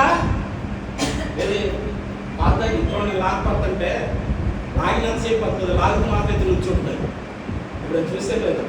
అందుకని ఏం చేస్తారంటే వెనకాల ప్లేట్ తోస్తారు. అక్కడ ఇక్కడ తోది ఏం చేస్తారు, తోసినప్పుడు కొద్ది దూరం మళ్ళీ నుంచోండి మళ్ళీ తోది అంటే ఎవడో నాలంటాడు వచ్చి కాసేపు ఇట్లా తోది అంటారా? నాకు మీకు కాదంటే నేను మీరు ఒకటి కదా, నేను మీలాంటి వాడమని పౌరులు అనలేదా? నేను ఒక్కడే కోరుకుంటున్నాను మీరు ఏ రోజైతే ఇక్కడికి వచ్చినా మాట్లాడగలుగుతారో ఆ రోజు నేను ఆ దేవుడు అప్పగించిన పని నేను కరెక్ట్గా చేస్తున్నాను. ఏ రోజైతే మీరు కూడా ఇలా మాట్లాడగలిగి మీరు కూడా అందరం యాజకులము రాజులము క్రీస్తు చేత ప్రత్యేకించబడిన వాడు. మళ్ళీ గుర్తు చేస్తున్నాను, ఏ కాండంతో ఈ ప్రకాండములన్నీ ఎలా ఉండాలి? సమానంగా ఉన్నాడు. వీడు ఎక్కువ మీరు తక్కువ అంటే మహాభావం. అట్ట ఏ పాల్సంగా చెప్తే ప్రమాదం. అక్కడ తోతే వెళ్ళేవాడు కాదు, గాలి కొడితే ముగ్గిపోయే భక్తులు కాదు మనకు కావాల్సిందా. కోత పూసేవాడు కాదండి, ఆత్మతో కోత పోయబడిన వాడు. 1 కొరింథీ పత్రిక 12:11 స్పీడ్గా. 1 కొరింథీ పత్రిక 12:11 కొంచెం స్పీడ్గా.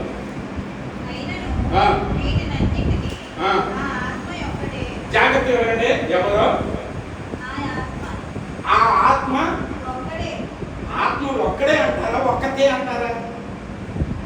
అర్థమవుతుంది మీకు? కాబట్టి ఆత్మ ఏం చేసింది? ఒక్కడ అయ్యింది, రూపం ధరించుకుని వచ్చి మనిషి అయ్యింది ఆత్మ. శరీరం లేని ఆయన శరీరాన్ని ధరించుకుని భూమి మీదకి వచ్చాడు ఆయన. ఎందుకంటే మనం శరీరంతో ఉన్నాం కాబట్టి, మనం రక్త మాంసంతో ఉన్నాం కాబట్టి. ఆయన అసలు ఆత్మకు ఆకారమే లేదు, దేవుడికి ఆకారం లేదు.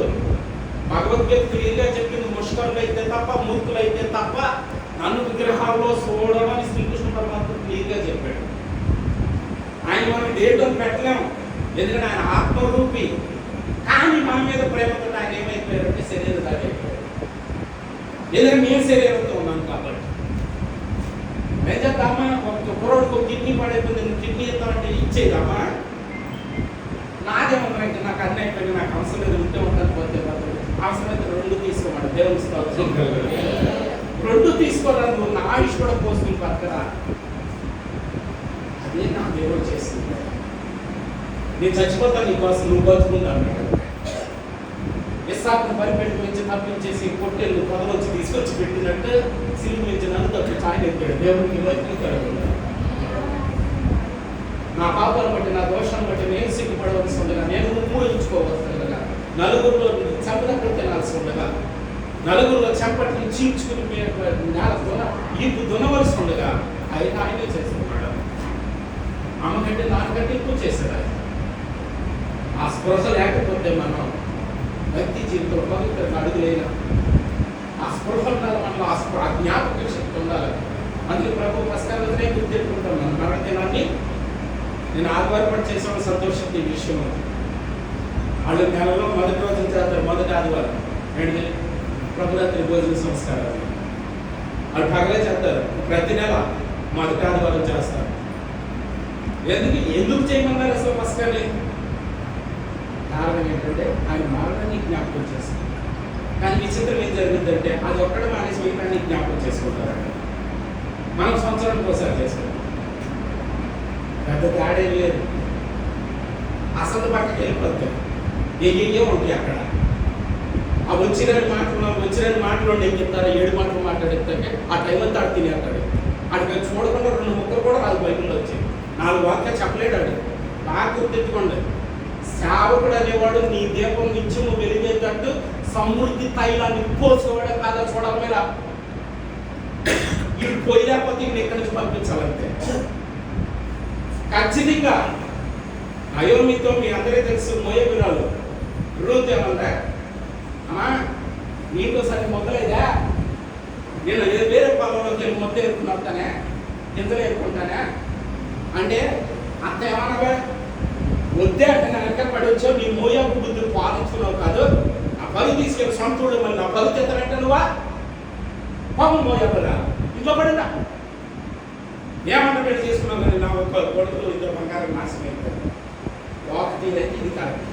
ఆవిడ ఏమన్నా తెలుసా, నీ సరైన ఆహారం పెట్టలేకపోతున్నానమ్మా, సరైన గీతలు ఇవ్వలేకపోతున్నాను, సరైన వాక్యాన్ని పంచలేకపోతున్నాను, నీ స్థాయి నా స్థాయికి మించి ఉంది, నీ ఆకలి ఎక్కువగా ఉంది, వాక్యపు ఆకలే. నీకు సరైనటువంటి విత్తనం ఎక్కడ దొరుకుతుందో అక్కడికి వెళ్ళు, గింజలు ఎక్కడ దొరుకుతాయో అక్కడికి వెళ్ళు, ఆ పొలంలోకి వెళ్ళి ఏరుకో. సేవకుడు నిజమైన సేవకుడు అనేవాడు ఎక్కడ ఉన్నాడు. ఆడు సరైన ఆహారం పెట్టగలిగేవాడా ఓకే, పెట్టలేకపోతే మాత్రం పెట్టే చోటకి పంపించాలా. నేను పాడు చేయకూడదు, నీ దేవు మారిపోనివ్వకూడదు, నేను అర్ధాటంతో ఉంచకూడదు. సేవకు లక్షణం కూడా అదే. ఈ మర్మాల నిధులు దాగి ఉన్నాయి. ఈ సత్యం మీరు అర్థం చేసుకోవాలి. దేవపు స్థానం మేలుని పొందాలి, అందరూ కలుషితం కల్తీ ఉండకూడదు. చక్కచక్క నేను క్లోజ్ చేసేట 6:10 వదిలేస్తాను. దయచేసి ఓపిక. ఎలా అయినా నేను అక్కడ పట్టుకుని వచ్చేమని కూడా వదిలించాను. ఈ టాపిక్ 7 అంశాలు మాట్లాడుకుంటున్నాను. 7 ఉన్నాయి కదని 7 కూడా 7 రోజులు 14 నిమిషాలు పూర్తి చేశాను. 7 అంశాలు. ఎందుకంటే బలిపీఠ సమర్పణ 7 అంశాలు చెప్పాను. గంగాళపు శుద్ధీకరణ 7 అంశాలు చెప్పాను. 7 వస్తువులు ఉన్నాయి కాబట్టి నేను 7 భాగాలు పోగేసుకున్నాను. ఈ దీనిని గురించి కూడా ఒక 7 అంశాలు క్లుప్తంగా చెప్పొచ్చాను. మొదటిది ఏంటో తెలుసా, అది మేలిమి బంగారంతో ఉండాలి. ఆ దీపస్తంభం ఎలా ఉండాలి? మేలిమి బంగారంతో ఉండాలి. దేవునికి స్తోత్రం కలుగుతుంది. అంటే దాంట్లో ఇంకా కలుషితం ఉండకూడదే కాదు. విచిత్రం ఏంటంటే బలిపీఠంలో ఆ ఇత్తడి గంగాళంలో ఆఖరికి సన్నిధి రొట్టెల బలలో ఆఖరికి నిబంధన మందసంలో తుమ్మకర్ర ఉంది. విచిత్రం ఏంటి తెలుసా, దీనిలో తుమ్మకర్ర ఉంది. ఎందుకంటే అది బలిపీఠం సమర్పణ, నీ పాపాలని బలిపీఠం మీద సమర్పించుకోవడం. శుద్ధీకరణ వాక్యంతో నువ్వు ఉదక స్నానం చేపట్టాలి. ఈ మూడోది ఏంటో తెలుసా, ఆత్మ పరిశుద్ధ, ఈ ఆత్మ పరిశుద్ధాత్మతో అభిషేకించబడతాయి. ఇక్కడ ఉండేటువంటిది ఏంటంటే దేని ప్రస్తావన ఉందంటే దీపము తైలము, దీపము తైలము అని. దాని అర్థం ఏంటంటే దీపము యెహోవా పెట్టిన ఆత్మ, నరుడి యొక్క ఆత్మ యెహోవా పెట్టిన దీపము. కాబట్టి దీపం అంటే ఆత్మ, తైలం అంటే అర్థం ఏంటంటే పరిశుద్ధం. ఈ ఆత్మ వెలగాలంటే ఆ ఆత్మ పోయబడాలి, ఆ ఆత్మ పాత ఉండాలి, పోత ఉండకూడదు. అందుకే దాన్ని చదవటం మనకు వదిలేసాం. 1 కొరింథీ పత్రిక 12వ అధ్యాయం 11వ వచనం పూర్తవ్వాలి. మొదటి అమ్మా తన చిత్తము చొప్పున. ఒక్క నిమిషం, ఎవరి చిత్తం చొప్పున? ఇచ్చేవాడు చిత్తము చొప్పున. మన సాంప్రదాయంలో తెలుగులో సామెత చెప్తాం, పెట్టేవాడు మనోడైతే ఎక్కడ కూర్చున్నా పట్టుకొచ్చి పెడతాడు. ఎదుకుని ఏరుకుని పట్టుకొచ్చి పెడతాడు. ఏమి వేయాలో ఏరుకుని పట్టుకొస్తాడు. అందరికీ వేసేసి ఇస్మాయిలుడికి కావలసిన అందులోనే కూర్చుతాడు. ఏ మూలం కూర్చున్నా తెచ్చి పెడతాడు. విచిత్రం ఏంటి తెలుసా? తన చిత్తము చొప్పున అంటే అర్థం ఏంటంటే తనకి ఇష్టమైన వారు చొప్పున, ఆయనకి ఇష్టమైన వారు ఏ మూలంలో ఆయన వస్తాడు. విచిత్రం చూడాలి. మన చిత్తం కాదు, మన ఇష్టం కాదు. ఇది బాగా గుర్తెట్టుకోండి. సింపుల్గా ప్రార్థన చేయడం అలవాటు చేసుకోండి. ప్రార్థనమే పిల్లడు ఎకాలం చెప్పినట్టు ఈ చివరి నుంచి ఆ చివరికి వద్దు వద్దు అన్నాడు. మత్తయి 6 క్లియర్గా చదవండి. ఓ వర్షకి వద్దన్నాడు ఆయన. ఒక్కటే, ప్రభా నా చిత్తం కాదు నీ చిత్తమే సిద్ధించును గాక. నా ఇష్ట ప్రకారం కాదు, నీ ఇష్ట ప్రకారమే. ప్రార్థన ఎప్పుడు కూడా చెప్తున్న గోల్డెన్ పాయింట్, ప్రార్థన చేసేవాడి ఇష్టాలు నెరవేర్చమని అడగకూడదు. ప్రార్థన ఎప్పుడు కూడా ప్రార్థన చేసేవాడి కోరికలు తీర్చమని అడగకూడదు. ఈయన ఎంపీ కాదు, ఎమ్మెల్యే కాదు, మన దేవుడు. ఆ రాతారు ఏదైనా గ్రామ సభ జరుగుతుంటే, పంచాయతీ మీటింగ్ జరుగుతుంటే లిస్ట్ తీసుకొచ్చి మా గ్రామానికి రోడ్లు సరిగా లేవు, మా గ్రామానికి వాటర్ సరిగా లేదు ఆడు అడుగుతాడు. అంతగా ఆడే కాదు, నేను కూడా అయ్యి అడిగా. తిరుపతి వెళ్ళినా, అప్పనపల్లి వెళ్ళాను, చింతపల్లి వెళ్ళాను, పెద్దపల్లి వెళ్ళాను. ఏమడిగిన ఇయ్యి అడిగా. ఈ అడిగేవాడు ఆ అడిగేవాడు ఒకటే. ఇక్కడ అడిగేవాడు అక్కడ అడిగేవాడు కూడా. ఈ నిజంగా మనం ఏం అడగాలంటే, ఎవరైతే ప్రార్థన చేస్తున్నారో ఆ ప్రార్థన చేసేవాడి కోరికలు చెట్ట ఆయన బాధ దగ్గర అట్టకూడదు. నీ కోరికలే నెరవేర్చుకో నా విషయం, నీ ఇష్టం నెరవేర్చుకో నా విషయంలో. నన్ను ఏం చెయ్యాలో ఎలా వాడుకోవాలనుకుంటున్నావు అలా వాడుకో. నన్ను అప్పగించుకుంటున్నా, నేను సరెండర్ అయిపోతున్నా, నేను ఒబే అయిపోతున్నా, నేను లోపడుతున్నా, పూర్తిగా లొంగిపోతున్నా, నీ ఇష్టం. ఇది ప్రార్థన. ఈ ప్రార్థన చేయకుండా నువ్వు ఎప్పుడు ప్రార్థన చేసినా అది ఖచ్చితంగా ఆ కొండల మీద, ఆ దేవతల మీద, ఆ విగ్రహాల మీద మేము ఈ త్వర చేస్తేనే ఆ ప్రార్థన ఈ ప్రార్థన ఒక్కటే. ప్రభు చెప్పారు, ఆకాశ పక్షులు చూడు, ఆ గొయ్యి ఊరెత్తులో నాటో ఉడతలో సేవో దావలో అన్నింటినీ పోషిస్తున్నాను. నువ్వు అడిగితే పోషిస్తాను, నువ్వు పోషిస్తున్నా. కూడు గొడ్డ తిండి కాదు బాబు అడగాల్సిందే. ఆత్మ నరకలోకి వెళ్ళకుండా కాపాడుకో, పరిశుద్ధతను కాపాడుకో, నీతిని కాపాడుకో. ఆ ప్రార్థన అంటే అది అర్థమవుతుంది మీకు. కాబట్టి మొట్టమొదటి ఏంటంటే, ఇందులో మొదటి అంశం ఏంటంటే చదివించడం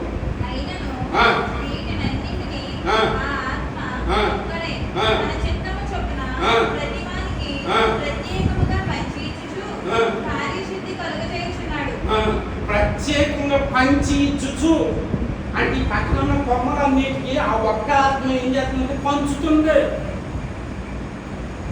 ఆ ఏకాత్మ ఏం చేస్తుందంటే, ఆ ఏకాండం ఏం చేస్తుందంటే పంచి ఇచ్చుచు అని రాస్తుంది. ఇచ్చుచు అంటే అర్థం ఏంటంటే ఇంకా ఇంతానే ఉంది, కొరత లేదా ఇంతానే ఉంది. ఎందుకంటే అటెండ్ చేసి 47వ అధ్యాయంలో 1000 మూలం నడిచిన తర్వాత సరిపోద్దంటే మళ్ళీ కొట్టుకేసి మళ్ళీ నడుపుంటే మళ్ళీ 1000 నడిచాడు. అయ్యే సరిపోద్దంటే సత్యంతో చూడరు అన్నాడు. కిందకు చూస్తే మొదటి 1000 మూలం నడిచిన తర్వాత కిందకు చూస్తే ఎక్కడ దాకా అంటే ఈ పొడి పొడితో నల్లగా అయిపోయి ఉంటాయి. మనకి కింద కూర్చునే వాళ్ళందరికీ పక్కన ఉన్న ఏమైపోతే నల్లగా అయిపోతే, కొంతమంది పుళ్ళు కూడా పడిపోతాయి. అందుకే నిజంగా పర్వతంలోకి ఇల్లు ఉందంట, ఆ 12 గుమ్మాలు ఉంటాయి కదా, ఆ గుమ్మ దగ్గర చెక్ చేస్తారంట. ఏం చెక్ చేస్తారంటే, ముస్లింలు అయితే ఇది చెక్ చేస్తారు, క్రైస్తవులు అయితే ఇది చెక్ చేస్తారు. ఈ మోకాళ్ళు మచ్చలు పడిపోయింది ఆడు చేసిన ప్రార్థన బట్టి. కన్నీళ్ళు కంటి పరిశుద్ధత్వం పావులతో వచ్చాయి. ఎందుకంటే ఈ భూమి మీద పక్షి జాతి మొత్తంలో ఏ పక్షికి కూడా ఈ కొలికల్లో ఎప్పుడు నీళ్లు కారుతా ఉన్నమాట. ఒక పావురానికి మాత్రమే నీళ్లు కారుతారు. పక్షి జాతి అది నీటిలోకి చేదు ఉండదంటే, కానీ పావురంలో మాత్రం చేదు అనేది ఉండదు అనిపించింది. మోకాళ్ళు అరిగినయో లేదో చూసి లోపల పంపిస్తారంట. అంటే మీ మోకాళ్ళ ప్రార్థన ఉందా లేదా మనం గమనించాల్సింది. కాబట్టి బాగా అర్థం చేసుకోండి, ఆత్మ అనేటువంటిది, ఈ పరిశుద్ధాత్మ అనేటువంటిది, ఈ ఏకాత్మ అనేటువంటిది ఏం చేస్తుందంటే పంచి ఇచ్చుచు అని రాస్తుందంటే ఇంకా జరుగుతూ ఉంది, ఇంకెత్తనాడు. కొంత దూరం నడిచిన తర్వాత ఇసుకెళ్ళి నదిలోకి, నది వారన మనకుండా ఏం చెప్తారా, నది వారన నాటబడిన చెట్టు పోలే తన కాలం ముందు అంటే ఏం చెప్పండి, నది వారం ఉన్న చెట్టు కూడా పచ్చగానే ఉంటుంది, ఎందుకంటే కొద్దిగా లాక్కుంటుంది కాబట్టి. కనకాల మందు ప్రకటన గ్రంథంలో చెట్టు ఉంది తెలుసా మీకు? ఆ చెట్టు 12 నెలలకు 12 కాపులను రాస్తున్న చెట్టు. ఏ చెట్టు అయినా సంవత్సరం మొత్తం కాదా? మీకు విషయం తెలుసా? యెరూషలేములో సిలువ వేయబడడానికి పస్కా పండుగ కేసుకుని వచ్చినప్పుడు ఓ చెట్టు వారం ఉంటుంది, అంజూరు చెట్టు. దాన్ని చూసి చాలా పచ్చగా ఉంది, ఎగరగలాడిపోతుంది. చూసి అన్నాడు, ఎతికాడు ఆయన, ఒక్క కాయ కూడా లేదు అందులో. ఈ పక్కన పేరు అంటే వేసే పిచ్చి పట్టినట్టుంది, ఇది అసలు అంజూరు కాయ కాసే కాలం కాదు, ఇప్పుడు ఇంటి పట్టిన కాయే వేసే పిచ్చోడు. కాలం కాలం కాయ ఉంది లేదో చూడండి. అర్థం ఏంటో తెలుసా? నది వారం నాటబడిన వాడేమో కనకాలం ఉంది పలుకుతుంది, నదిలో దిగినోడు ఉంటాడు చూసావా? అంటే అర్థం ఏంటి తెలుసా? తరదాకా ఆత్మతో నింపబడిన వాడు, పూర్తిగా ఆత్మాభిషేకం పొందినవాడు. ఆడంట 12 నెలలకు 12 కాపులు. అంటే దాని అర్థం ఏంటంటే ఆడికి సీజనే ఉండదు, దేవునికి స్తోత్రం ఉంటుంది. అంటే మన భాషలో చెప్పాలంటే 7 రోజులు శనివారం వాడికి. అది ఎక్కడున్న శనివారం ఆరాధన ఇస్తాడు లోపల. ఇక్కడికి వచ్చినప్పుడు మాత్రమే కాదు, ఇక్కడికి వస్తే కనకాల మందు ఫలితం. ఇంటికాడ ఉన్నప్పుడు కూడా ఇక్కడ ఉన్నట్టే ఉంటే 12 కాపులు దేవునికి కాలం కాని కాలంలో కూడా ఫలితం ఉంది. ఎందుకనో తెలుసా? కాలం కాని కాలంలో కూడా కాయలు ఎతికే దేవుడు అక్కడ ఉన్నాడు. నిజంగా ఆ కాలం కాదు కదయ్యా, అంజూరకాయ కాసే కాలం కాదు. కాయలు ఎట్ట ఎత్తుతున్నావు నువ్వు? అదేంటి అంజూరకాయలు కాసే కాలంలోనే కాయాల్సి ఉంది? ఏ సెట్ అయినా కాదే నువ్వు కాసేదండి గొప్ప. శనివారం మాత్రమే ఆరాధిస్తే అంతే, దాని కాలం కాసేది. అది ఇంటికాడ ఉన్నప్పుడు కూడా ఆరాధించాము, అప్పుడు కూడా కాయలు ఉంటాయి. అప్పుడు ఎదుగుతాడు ఆయన. మనోళ్ళు ఏం చెప్పారంటే కాలువల బాగా మాట్లాడి, నీటి కాలువల బాగా మాట్లాడి, తన కాలం పండించేటువంటి వృక్షములు బాగుంటుంది తింటానికి మాట్లాడతాడు. కానీ దేవుడు అది కోరుకోవాలి, నదిలో దిగాలరా ఏసుకేలో, ఆత్మలో మొలగాలరా ఏసుకేలో, నీళ్ళలో మునిగితే సరిపోదరా ఏసుకేలో, ఏసులో మొలగాల. ఏసులో మునిగినా సరిపోదరా ఏసుకేలో, ఆత్మలో మొలగాల. ఆత్మలో మునిగితే సరిపోదరా ఏసుకేలో, అగ్ని జలాల్లో కూడా.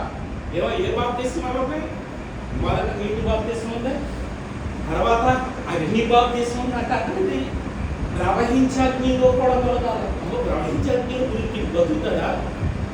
ప్రవహించే అగ్నిలో బంగారం అయితే ఏమవుతుంది? ఏమైపోతుందో దానిలో ఉన్న మలినాలన్నీ కాలి ప్రతి మొత్తం నగనగనగనగ మెరుస్తుంది. అగ్నిలో శోధన లాంటి అగ్నిలో మనం బాప్తిస్మం పొందితే కావాల్సినవి కాలిపోయి దేవుడు కావాల్సింది మెరుతుంది. దేవుడికి స్తోత్రం. ఇప్పుడు అలాగే చేతులు కట్టు, కాళ్ళు చేతులు కట్టి పడేసి అగ్నిలో మనం పడితే ఏం కలిగి ఏం కానీ తెలిసి ఏం కలిగా ఎందుకు కూడా కాల ఏసుడు కాలే, ఏసుడు ఎందుకు కాలి. మరి ఏడకేం కాలి తెలుసా? ఏం కాలియో ఈ కాలి, పండగలు కాలి, కట్లు కాలి. అదవుతున్న మీకు శోధన వల్ల ఏం కలుగుతాయి అంటే, ఇబ్బందుల వల్ల ఏం కలుగుతాయి అంటే, కలలోకంలోకి ఎంత అడ్డంగా వస్తున్నాయి అన్ని కాలిపోతాయి. పండగలన్నీ కాలిపోతాయి. ఉట్టి నీళ్ళలో నుంచి వెళ్తే ఎవడన్నా నుంచి వెళ్తాడు, ఏమంటే అంటే అది సరిపోతా. ఒకదాని తర్వాత ఒకటి బాప్తిస్తుంది. ఆ తర్వాత కానీ మనం గలతీ 3:27 చెప్పినట్టు క్రీస్తులోకి బాప్తిస్తాం. అప్పుడు దేవుడికి స్తోత్రం. ఇన్ని రకాలుగా ఫోటో వేయబడి, ఇన్ని రకాలుగా కడగబడి, ఇన్ని రకాలుగా శోధించబడి ఉంటే తప్ప మనం అక్కడికి క్రీస్తులోకి మనం బాప్తిస్తాం పొందలేం. క్రీస్తుని మనం ధరించుకోలేము. క్రీస్తు ఆత్మ పదలోకి ఉంటే మన మీద పోయబడదు. అంత శుద్ధంగా తయారవ్వాలి. అందుకే మేలిని బంగారంతో అది శుద్ధ సువర్ణ. మొట్టమొదటి అంశం దేంతో తయారు చేయబడాలి? శుద్ధ సువర్ణ, మేలిని బంగారంతో. అంత స్వచ్ఛంగా ఉండాలి. ఆ దేవస్థానంలో కల్తీ లేదు, తుమ్మకర లేదు, నటన ఉండకూడదు. ఆ దేవస్థానం నువ్వు స్వచ్ఛమైన మేలు బంగారం అంతే. అందులో నటన ఉండకూడదు, తుమ్మకర ఉండకూడదు, అందులో వేలు ఉండకూడదు. అంటే మేలిమి బంగారం కాదు, అది మేలిమి బంగారం. దేవుడికి స్తోత్రం. ప్రభు చిత్త ప్రకారం జీవించేవాడు ప్రభువుకి ఏమి పొందారు. మొట్టమొదటి అంశం అది. టైం చాలా అయిపోయింది.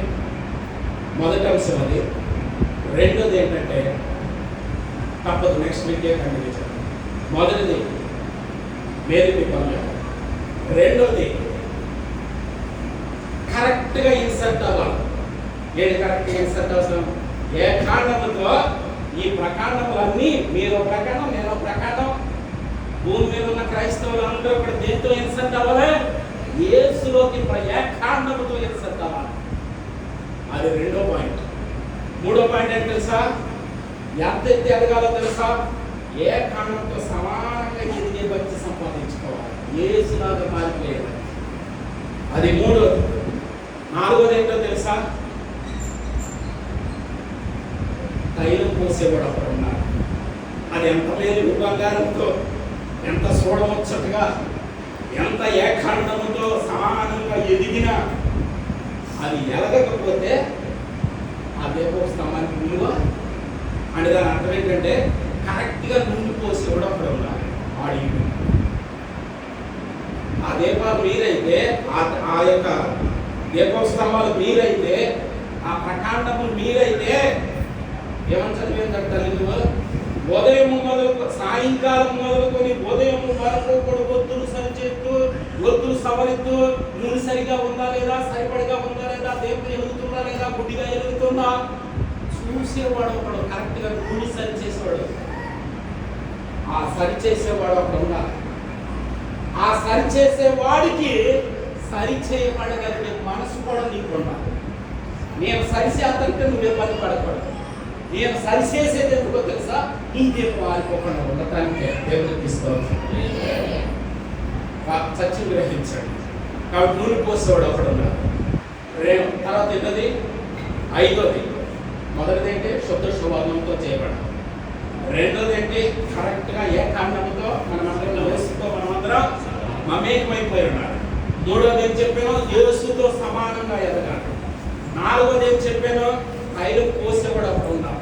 ఇది నాకు సంబంధించింది. ఐదోది ఏంటో చెప్పమంటారా?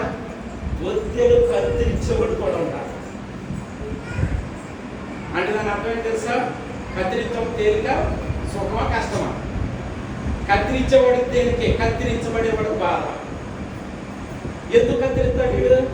నూనె, బంగారు పద్ద ఎక్కువే, కానీ తైలం సమృద్ధిగా ఉంది, కానీ దేదీప్యమానంగా వెలగట్లా, గుడ్డి గుడ్డిగా ఎదుగుతుంది. ఒత్తి మసిబారి, ఒత్తి మసిబారి మసిపట్టేసింది. అప్పుడు ఏం చేయాలో తెలుసా? మోషే చేతిలో కర్ర ఉన్నట్టు సేవకుడి చేతిలో ఎప్పుడు కూడా కత్తిరి ఉన్నారు. మీరు బాధపడినా సరే, ఇంకో మరణం ఏంటి చెప్పమంటారా? నూనె పోసేవాడికి కత్తిరించే అధికారం కూడా ఉంటుంది. ఆ అధికారం మీరు ఇవ్వాలన్నారు.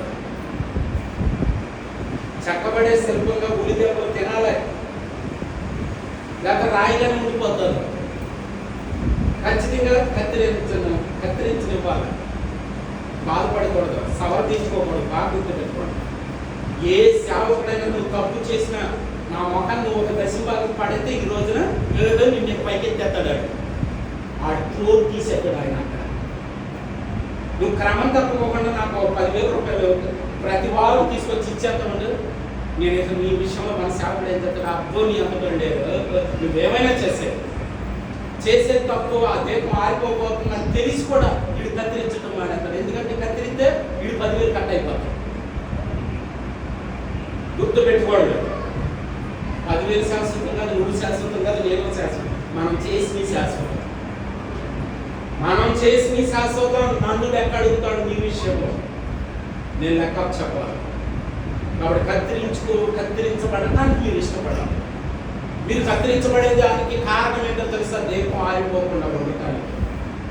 బాగా అర్థం చేసుకోండి. ఖచ్చితంగా ప్రపంచంలో మీరు ఎక్కడ చూసినా సరే ఏనుగులాగా, గుర్రాల్లాగా, రామోజీ ఫిలిం సిటీలోకి వెళ్తే పచ్చని మొక్కలన్నీ ఏ ఆకారాలు ఉన్నాయి? ఏనుగులు, గుర్రాల్లాగా లేవా? చెట్లు ఎట్ట వచ్చింది మరి ఆ షేప్ దానికి అంటాడు ఆయన పేరు. అది ఏదో జనతా గ్యారేజ్లో డైలాగ్, సినిమా పేరు అనుకోవాలి. అంటే అడ్డదిడ్డంగా పెరిగిన కొడుకులైనా అడ్డదిడ్డంగా పెరిగిన కమ్మలైనా కత్తిరించకపోతే కుటుంబానికి ప్రమాదం రాదు. వెంటబెట్ట అక్కడ పెరుగుతుంది అని తెలిసినప్పుడు ఏం చేయాలంటే తండ్రి అయినా సేవకుడైనా కత్తిరించాలి. కత్తిరించేది ఎందుకో తెలుసా? దేవుడు కోరుకున్న ఫలాలు ఫలించడానికి. లేకపోతే రోడ్డు పక్కన ఉన్న చెట్టు కాదు ఏదో దిగిపోతాడు కాయలో ఏదో రోజు ఆయన వచ్చి ఎదుగుతాడు. కాబట్టి ఆరోది ఐదోది ఆరోది. మొదటిది ఏంటి? శుద్ధ సువాసన. రెండోది ఏం చెప్పాను? క్రీస్తులో ఎక్సెప్ట్ అవ్వాలి. మూడోది ఏం చెప్పాను? క్రీస్తుతో సమానంగా కొమ్మలు ఎదగాలి. నాలుగోది ఏం చెప్పాను? నూనె పోసేవాడు ఒకడు ఉండాలి. ఐదోది ఏం చెప్పాను? కత్తిరించేవాడు కూడా ఉండాలి. ఆరోది ఏంటంటే అలా నూనె కరెక్ట్గా పోసి అలా కత్తిరించబడటానికి నువ్వు ఇష్టపడితే కనుక అప్పుడు గుడారంలో అన్ని వస్తువులు ఉన్నా సరే ఒక్కటి మాత్రమే వెలిగించేది. ఇంకొక వెలుగు అసలు లేదు అందులో. కిటికీ లేదు, తలుపు కూడా లేదు. ఏది పరిశుద్ధ స్థలంలో కానీ అతి పరిశుద్ధ స్థలంలో. అప్పుడు మీరు గమనించండి, ఆ దీపం వీటన్నిటికీ లోపడినటువంటి ఆ దీపం ఏదైతే తైలం పోల్చుకోవడానికి కత్తిరించబడటానికి ఒప్పుకున్న ఆ దీపము ఎప్పుడు ఆగిపోకుండా ఇంటికి, సంఘానికి, సమాజానికి కూడా ఎప్పుడు ఒక వెలుగై ఉంటుంది. నిత్యము వెలుగై ఉంటుంది. అప్పుడు ఆగిపోతుంది దీపం, నిత్యము వెలుగుతుంది ఆ దీపం. అందుకే ప్రభు అంటారు అటువంటి దీపాన్ని ఎక్కడో కొంచెం కింద మంచం కింద పెట్టకుండా కొంతమంది వెలిగించడానికి ఏమంటాడు? వెలిగించబడిన దీపం. ఆ ఇల్లు ఏమన్నాడు? ఆ దానిపైన ఆ రోజు మనం ఏడో చెప్పుకుంటే పైన ఏముంటుందంటే ఒక తెర కవచం ఉంటుంది, కప్పు ఉంటుంది. వీటన్నిటికి నువ్వు ఎప్పుడైతే లోపడిపోతావో ఆ మేఘం ఆ ఎంత కప్పి నడిపించిందో ఈ రోజున దేవాది దేవుడు యేసుప్రభు వారు నీ మీద, నీ ఇంటి మీద కూడా ఒక కవచం లాగా, ఏ గాలి పట్టుకున్నా, ఏ తుఫాను రాకుండా, వాన కురిసెను, గాలి వీచెను, కానీ ఆ ఇల్లు బండ మీద కట్టబడేను. అందువల్ల ఆ ఇంటికి ఏంటి జరగలేదు. దేవుడికి మహిమ కలుగుతుంది. ఇవి ఈ 7 అంశాలు కూడా ఈ దీపం స్తంభంలో దాగి ఉన్నాయి. కాబట్టి నేను మిమ్మల్ని ఇబ్బంది పెట్టదలుచుకోలేదు. దయచేసి అర్థం వాక్యానుసారం నడవండి, బైబిల్ చదువుకోండి, ప్రార్థన చేసుకోండి. దేవుడికి ఎంత దగ్గరగా ఉంటారో ఈ లోకం అంత ఇబ్బందులు ఎదురుతాయి. నరుడు దేవుడి హస్తంలో పడుట నరుడికి భయంకరము.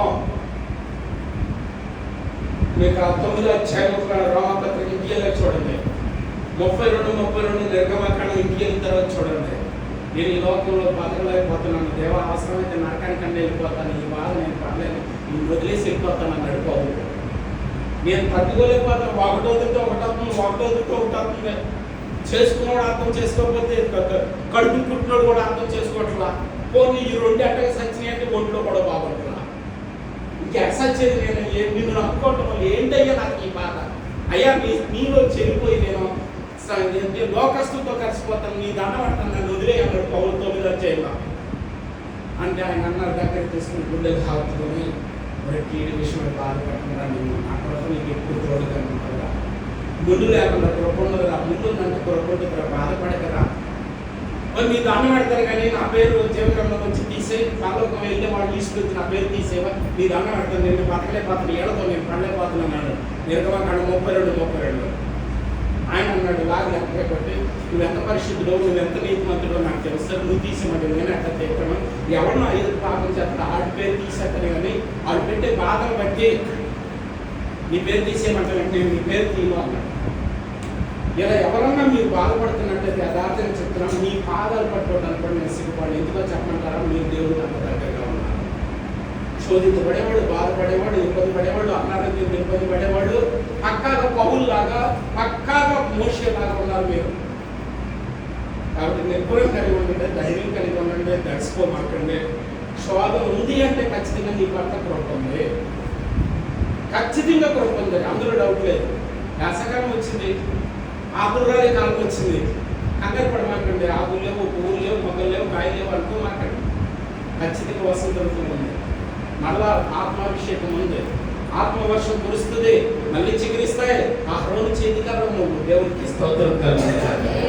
అహరోను చేతి కర్రవు నువ్వు, నీ దేవుడు ఆరిపోతూ చిగురిస్తావు.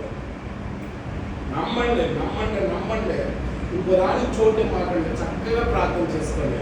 బాగా గుండె పిండేసి గుండె బరువెక్కిపోయే శోధన ఏదైనా ఎదురైందా అక్కడే నిలబడి చిన్న ప్రార్థన చేసుకోవట్లేదా, ఒక్కసారి నా తట్టు తిరిగయ్యా అని మనస్ఫూర్తి అక్కడే నిలబడి ప్రార్థించే, అప్పటికప్పుడే శక్తి వస్తుంది. దాంట్లోంచి బయటికి రావు, దాన్ని చీల్చుకుని వెళ్ళగలిగే శక్తి వస్తుంది. ఆయన తెచ్చి బయటెట్టాడు, నిన్ను శోధన తెచ్చి బయటెట్టాడు. ఆ శోధను ఎదుర్కోగలిగే దమ్మకుడు, ఆ పరిశుద్ధాత్మ శక్తితో నీకు లేచి నిలబడతావంటే. ఒక్కసారి చివరిగా నేను ఒక మాట చెప్తాను, ఎగ్జాంపుల్ చెప్పమంటారా? యేసయ్య కొండ మీద రూపాంతరం పొందినప్పుడు శిష్యులు చూశారు, లాజరును లేపినప్పుడు శిష్యులు చూశారు, ఇంకా అద్భుతాలు ఎన్ని చేశారో అవన్నీ చూశారు. చూసిన తర్వాత మొదటి అపోస్తుల కార్యాలు 1వ అధ్యాయంలో ఒలీవల కొండ మీద చేసుకొని పరలోకానికి వెళ్ళిపోతున్నప్పుడు అందరూ రొమ్ము కొట్టుకున్నారు. ఒక్కసారి 500 మంది అక్కడ ఉన్నారు. వీళ్ళు కాకుండానే విచిత్రం ఏంటి తెలుసా, వెళ్ళిపోయిన తర్వాత ప్రభువుకు మాట అన్నారు. ఇంత ప్రభు పొందుకున్నారు, అపోస్తులుగా పిలువబడ్డారు, ఇన్ని అద్భుతాలు మీరు చూశారు. అయినా ఆయన అన్నారు వెళ్ళిపోయేటప్పుడు, పై నుంచి పరిశుద్ధాత్మ దిగి వచ్చే వరకు మీరు యెరూషలేము నుంచి వెళ్ళమాకండి అన్నారు. అని దాని అర్థం ఏంటి తెలుసా, మీరు వెళ్ళిపోయి తలుపు వేసుకుని దాక్కున్నారు భయపడిపోయి. ఎప్పుడైతే పరిశుద్ధాత్మ పై నుంచి దిగి వచ్చి అభిషేకించిన వాళ్ళనే 12 మందిలో ఒకడు కూడా సహజంగా సరిపోవడానికి ఇష్టపడ్డాడు. ఒక యోహాను తప్ప దాక్కున్నవాడు బయటకు వచ్చారు. బయటకు వచ్చి ఏం చేశారంటే ఆడ మీద కత్తెక్కినా సరే యేసు గురించి మాట్లాడుకుంటున్నారు. ఎప్పుడు పరిశుద్ధాత్మ శక్తిని పొందుకున్న తర్వాత. ఈ దీపస్తంభం మనకు బోధించేది ఏంటో తెలుసా, ఆ దీపం వెలగాలంటే ఆ ఆత్మ మన మీద కొమ్మరింపబడాలి. పరిశుద్ధాత్మ శక్తితో నింపబడినప్పుడు శోధనని ఎంజాయ్ చేద్దాం.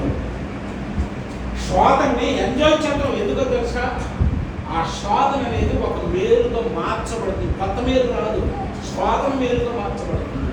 దేవునికి స్తోత్రం. బయటికి తెచ్చి ఏసీలో కూర్చోబెట్ల, అగ్ని గుణాన్ని ఏసీలో మార్చాడు. అగ్ని గుణాన్ని ఏసీలో మార్చాడండి. అర్థం చేసుకోండి. కాబట్టి దేవుడితో సంబంధం, దేవుడితో ఆరాధన, దైవ సంబంధాలు అనేటువంటివి ఆషామాషిగా మట్టి పేరు మీద వెళ్ళిపోతా అంటే కాదు. ఉంటే దేవుడితో పూర్తిగా ఉండటం అంతే. లేకపోతే లోకంలో హ్యాపీగా బతకొచ్చా 4 రోజులు, లోకంలో హ్యాపీగా బతకొచ్చు 4 రోజులు. దేవుడితో ఉండదలుచుకున్నావా అంతే, ఒక కమిట్మెంట్ అంతే.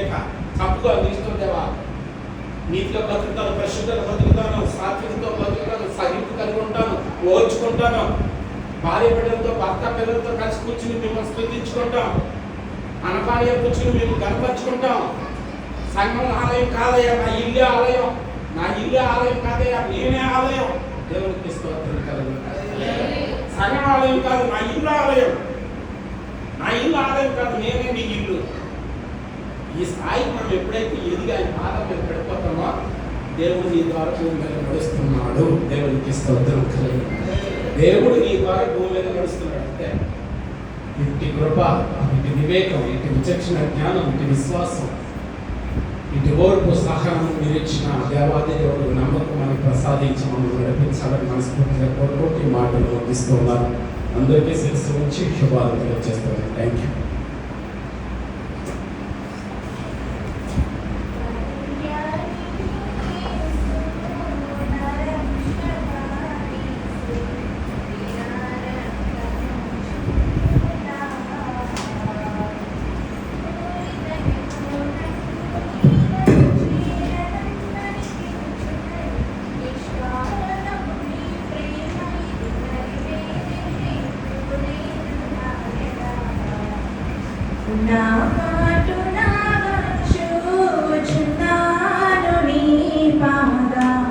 సన్నిధి రక్షక విడుపాట బహుయుక్త మురులో పటను భయము కలిగే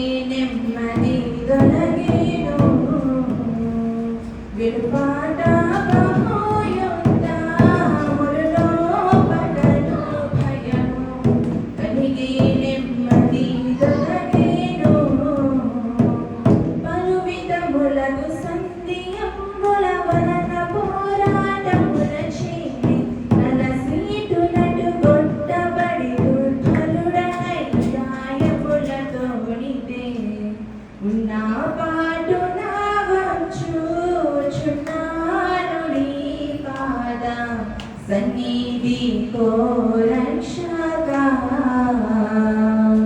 मसिबोको वनेना मनसमेल्लना पेदो शासमोहामुलु मच्छलై असितमगु प्रतिजागु तुडवनु गसटु गलिगे पवित्र परपुनु नसुबुलिगु नीरత్తమే మసనగి ఇప్పుడు సిలువని తెగని ఉన్నా పాటునా వచ్చుచున్నాడు నీ పాద సన్నిధి కో రక్షగా కడుబి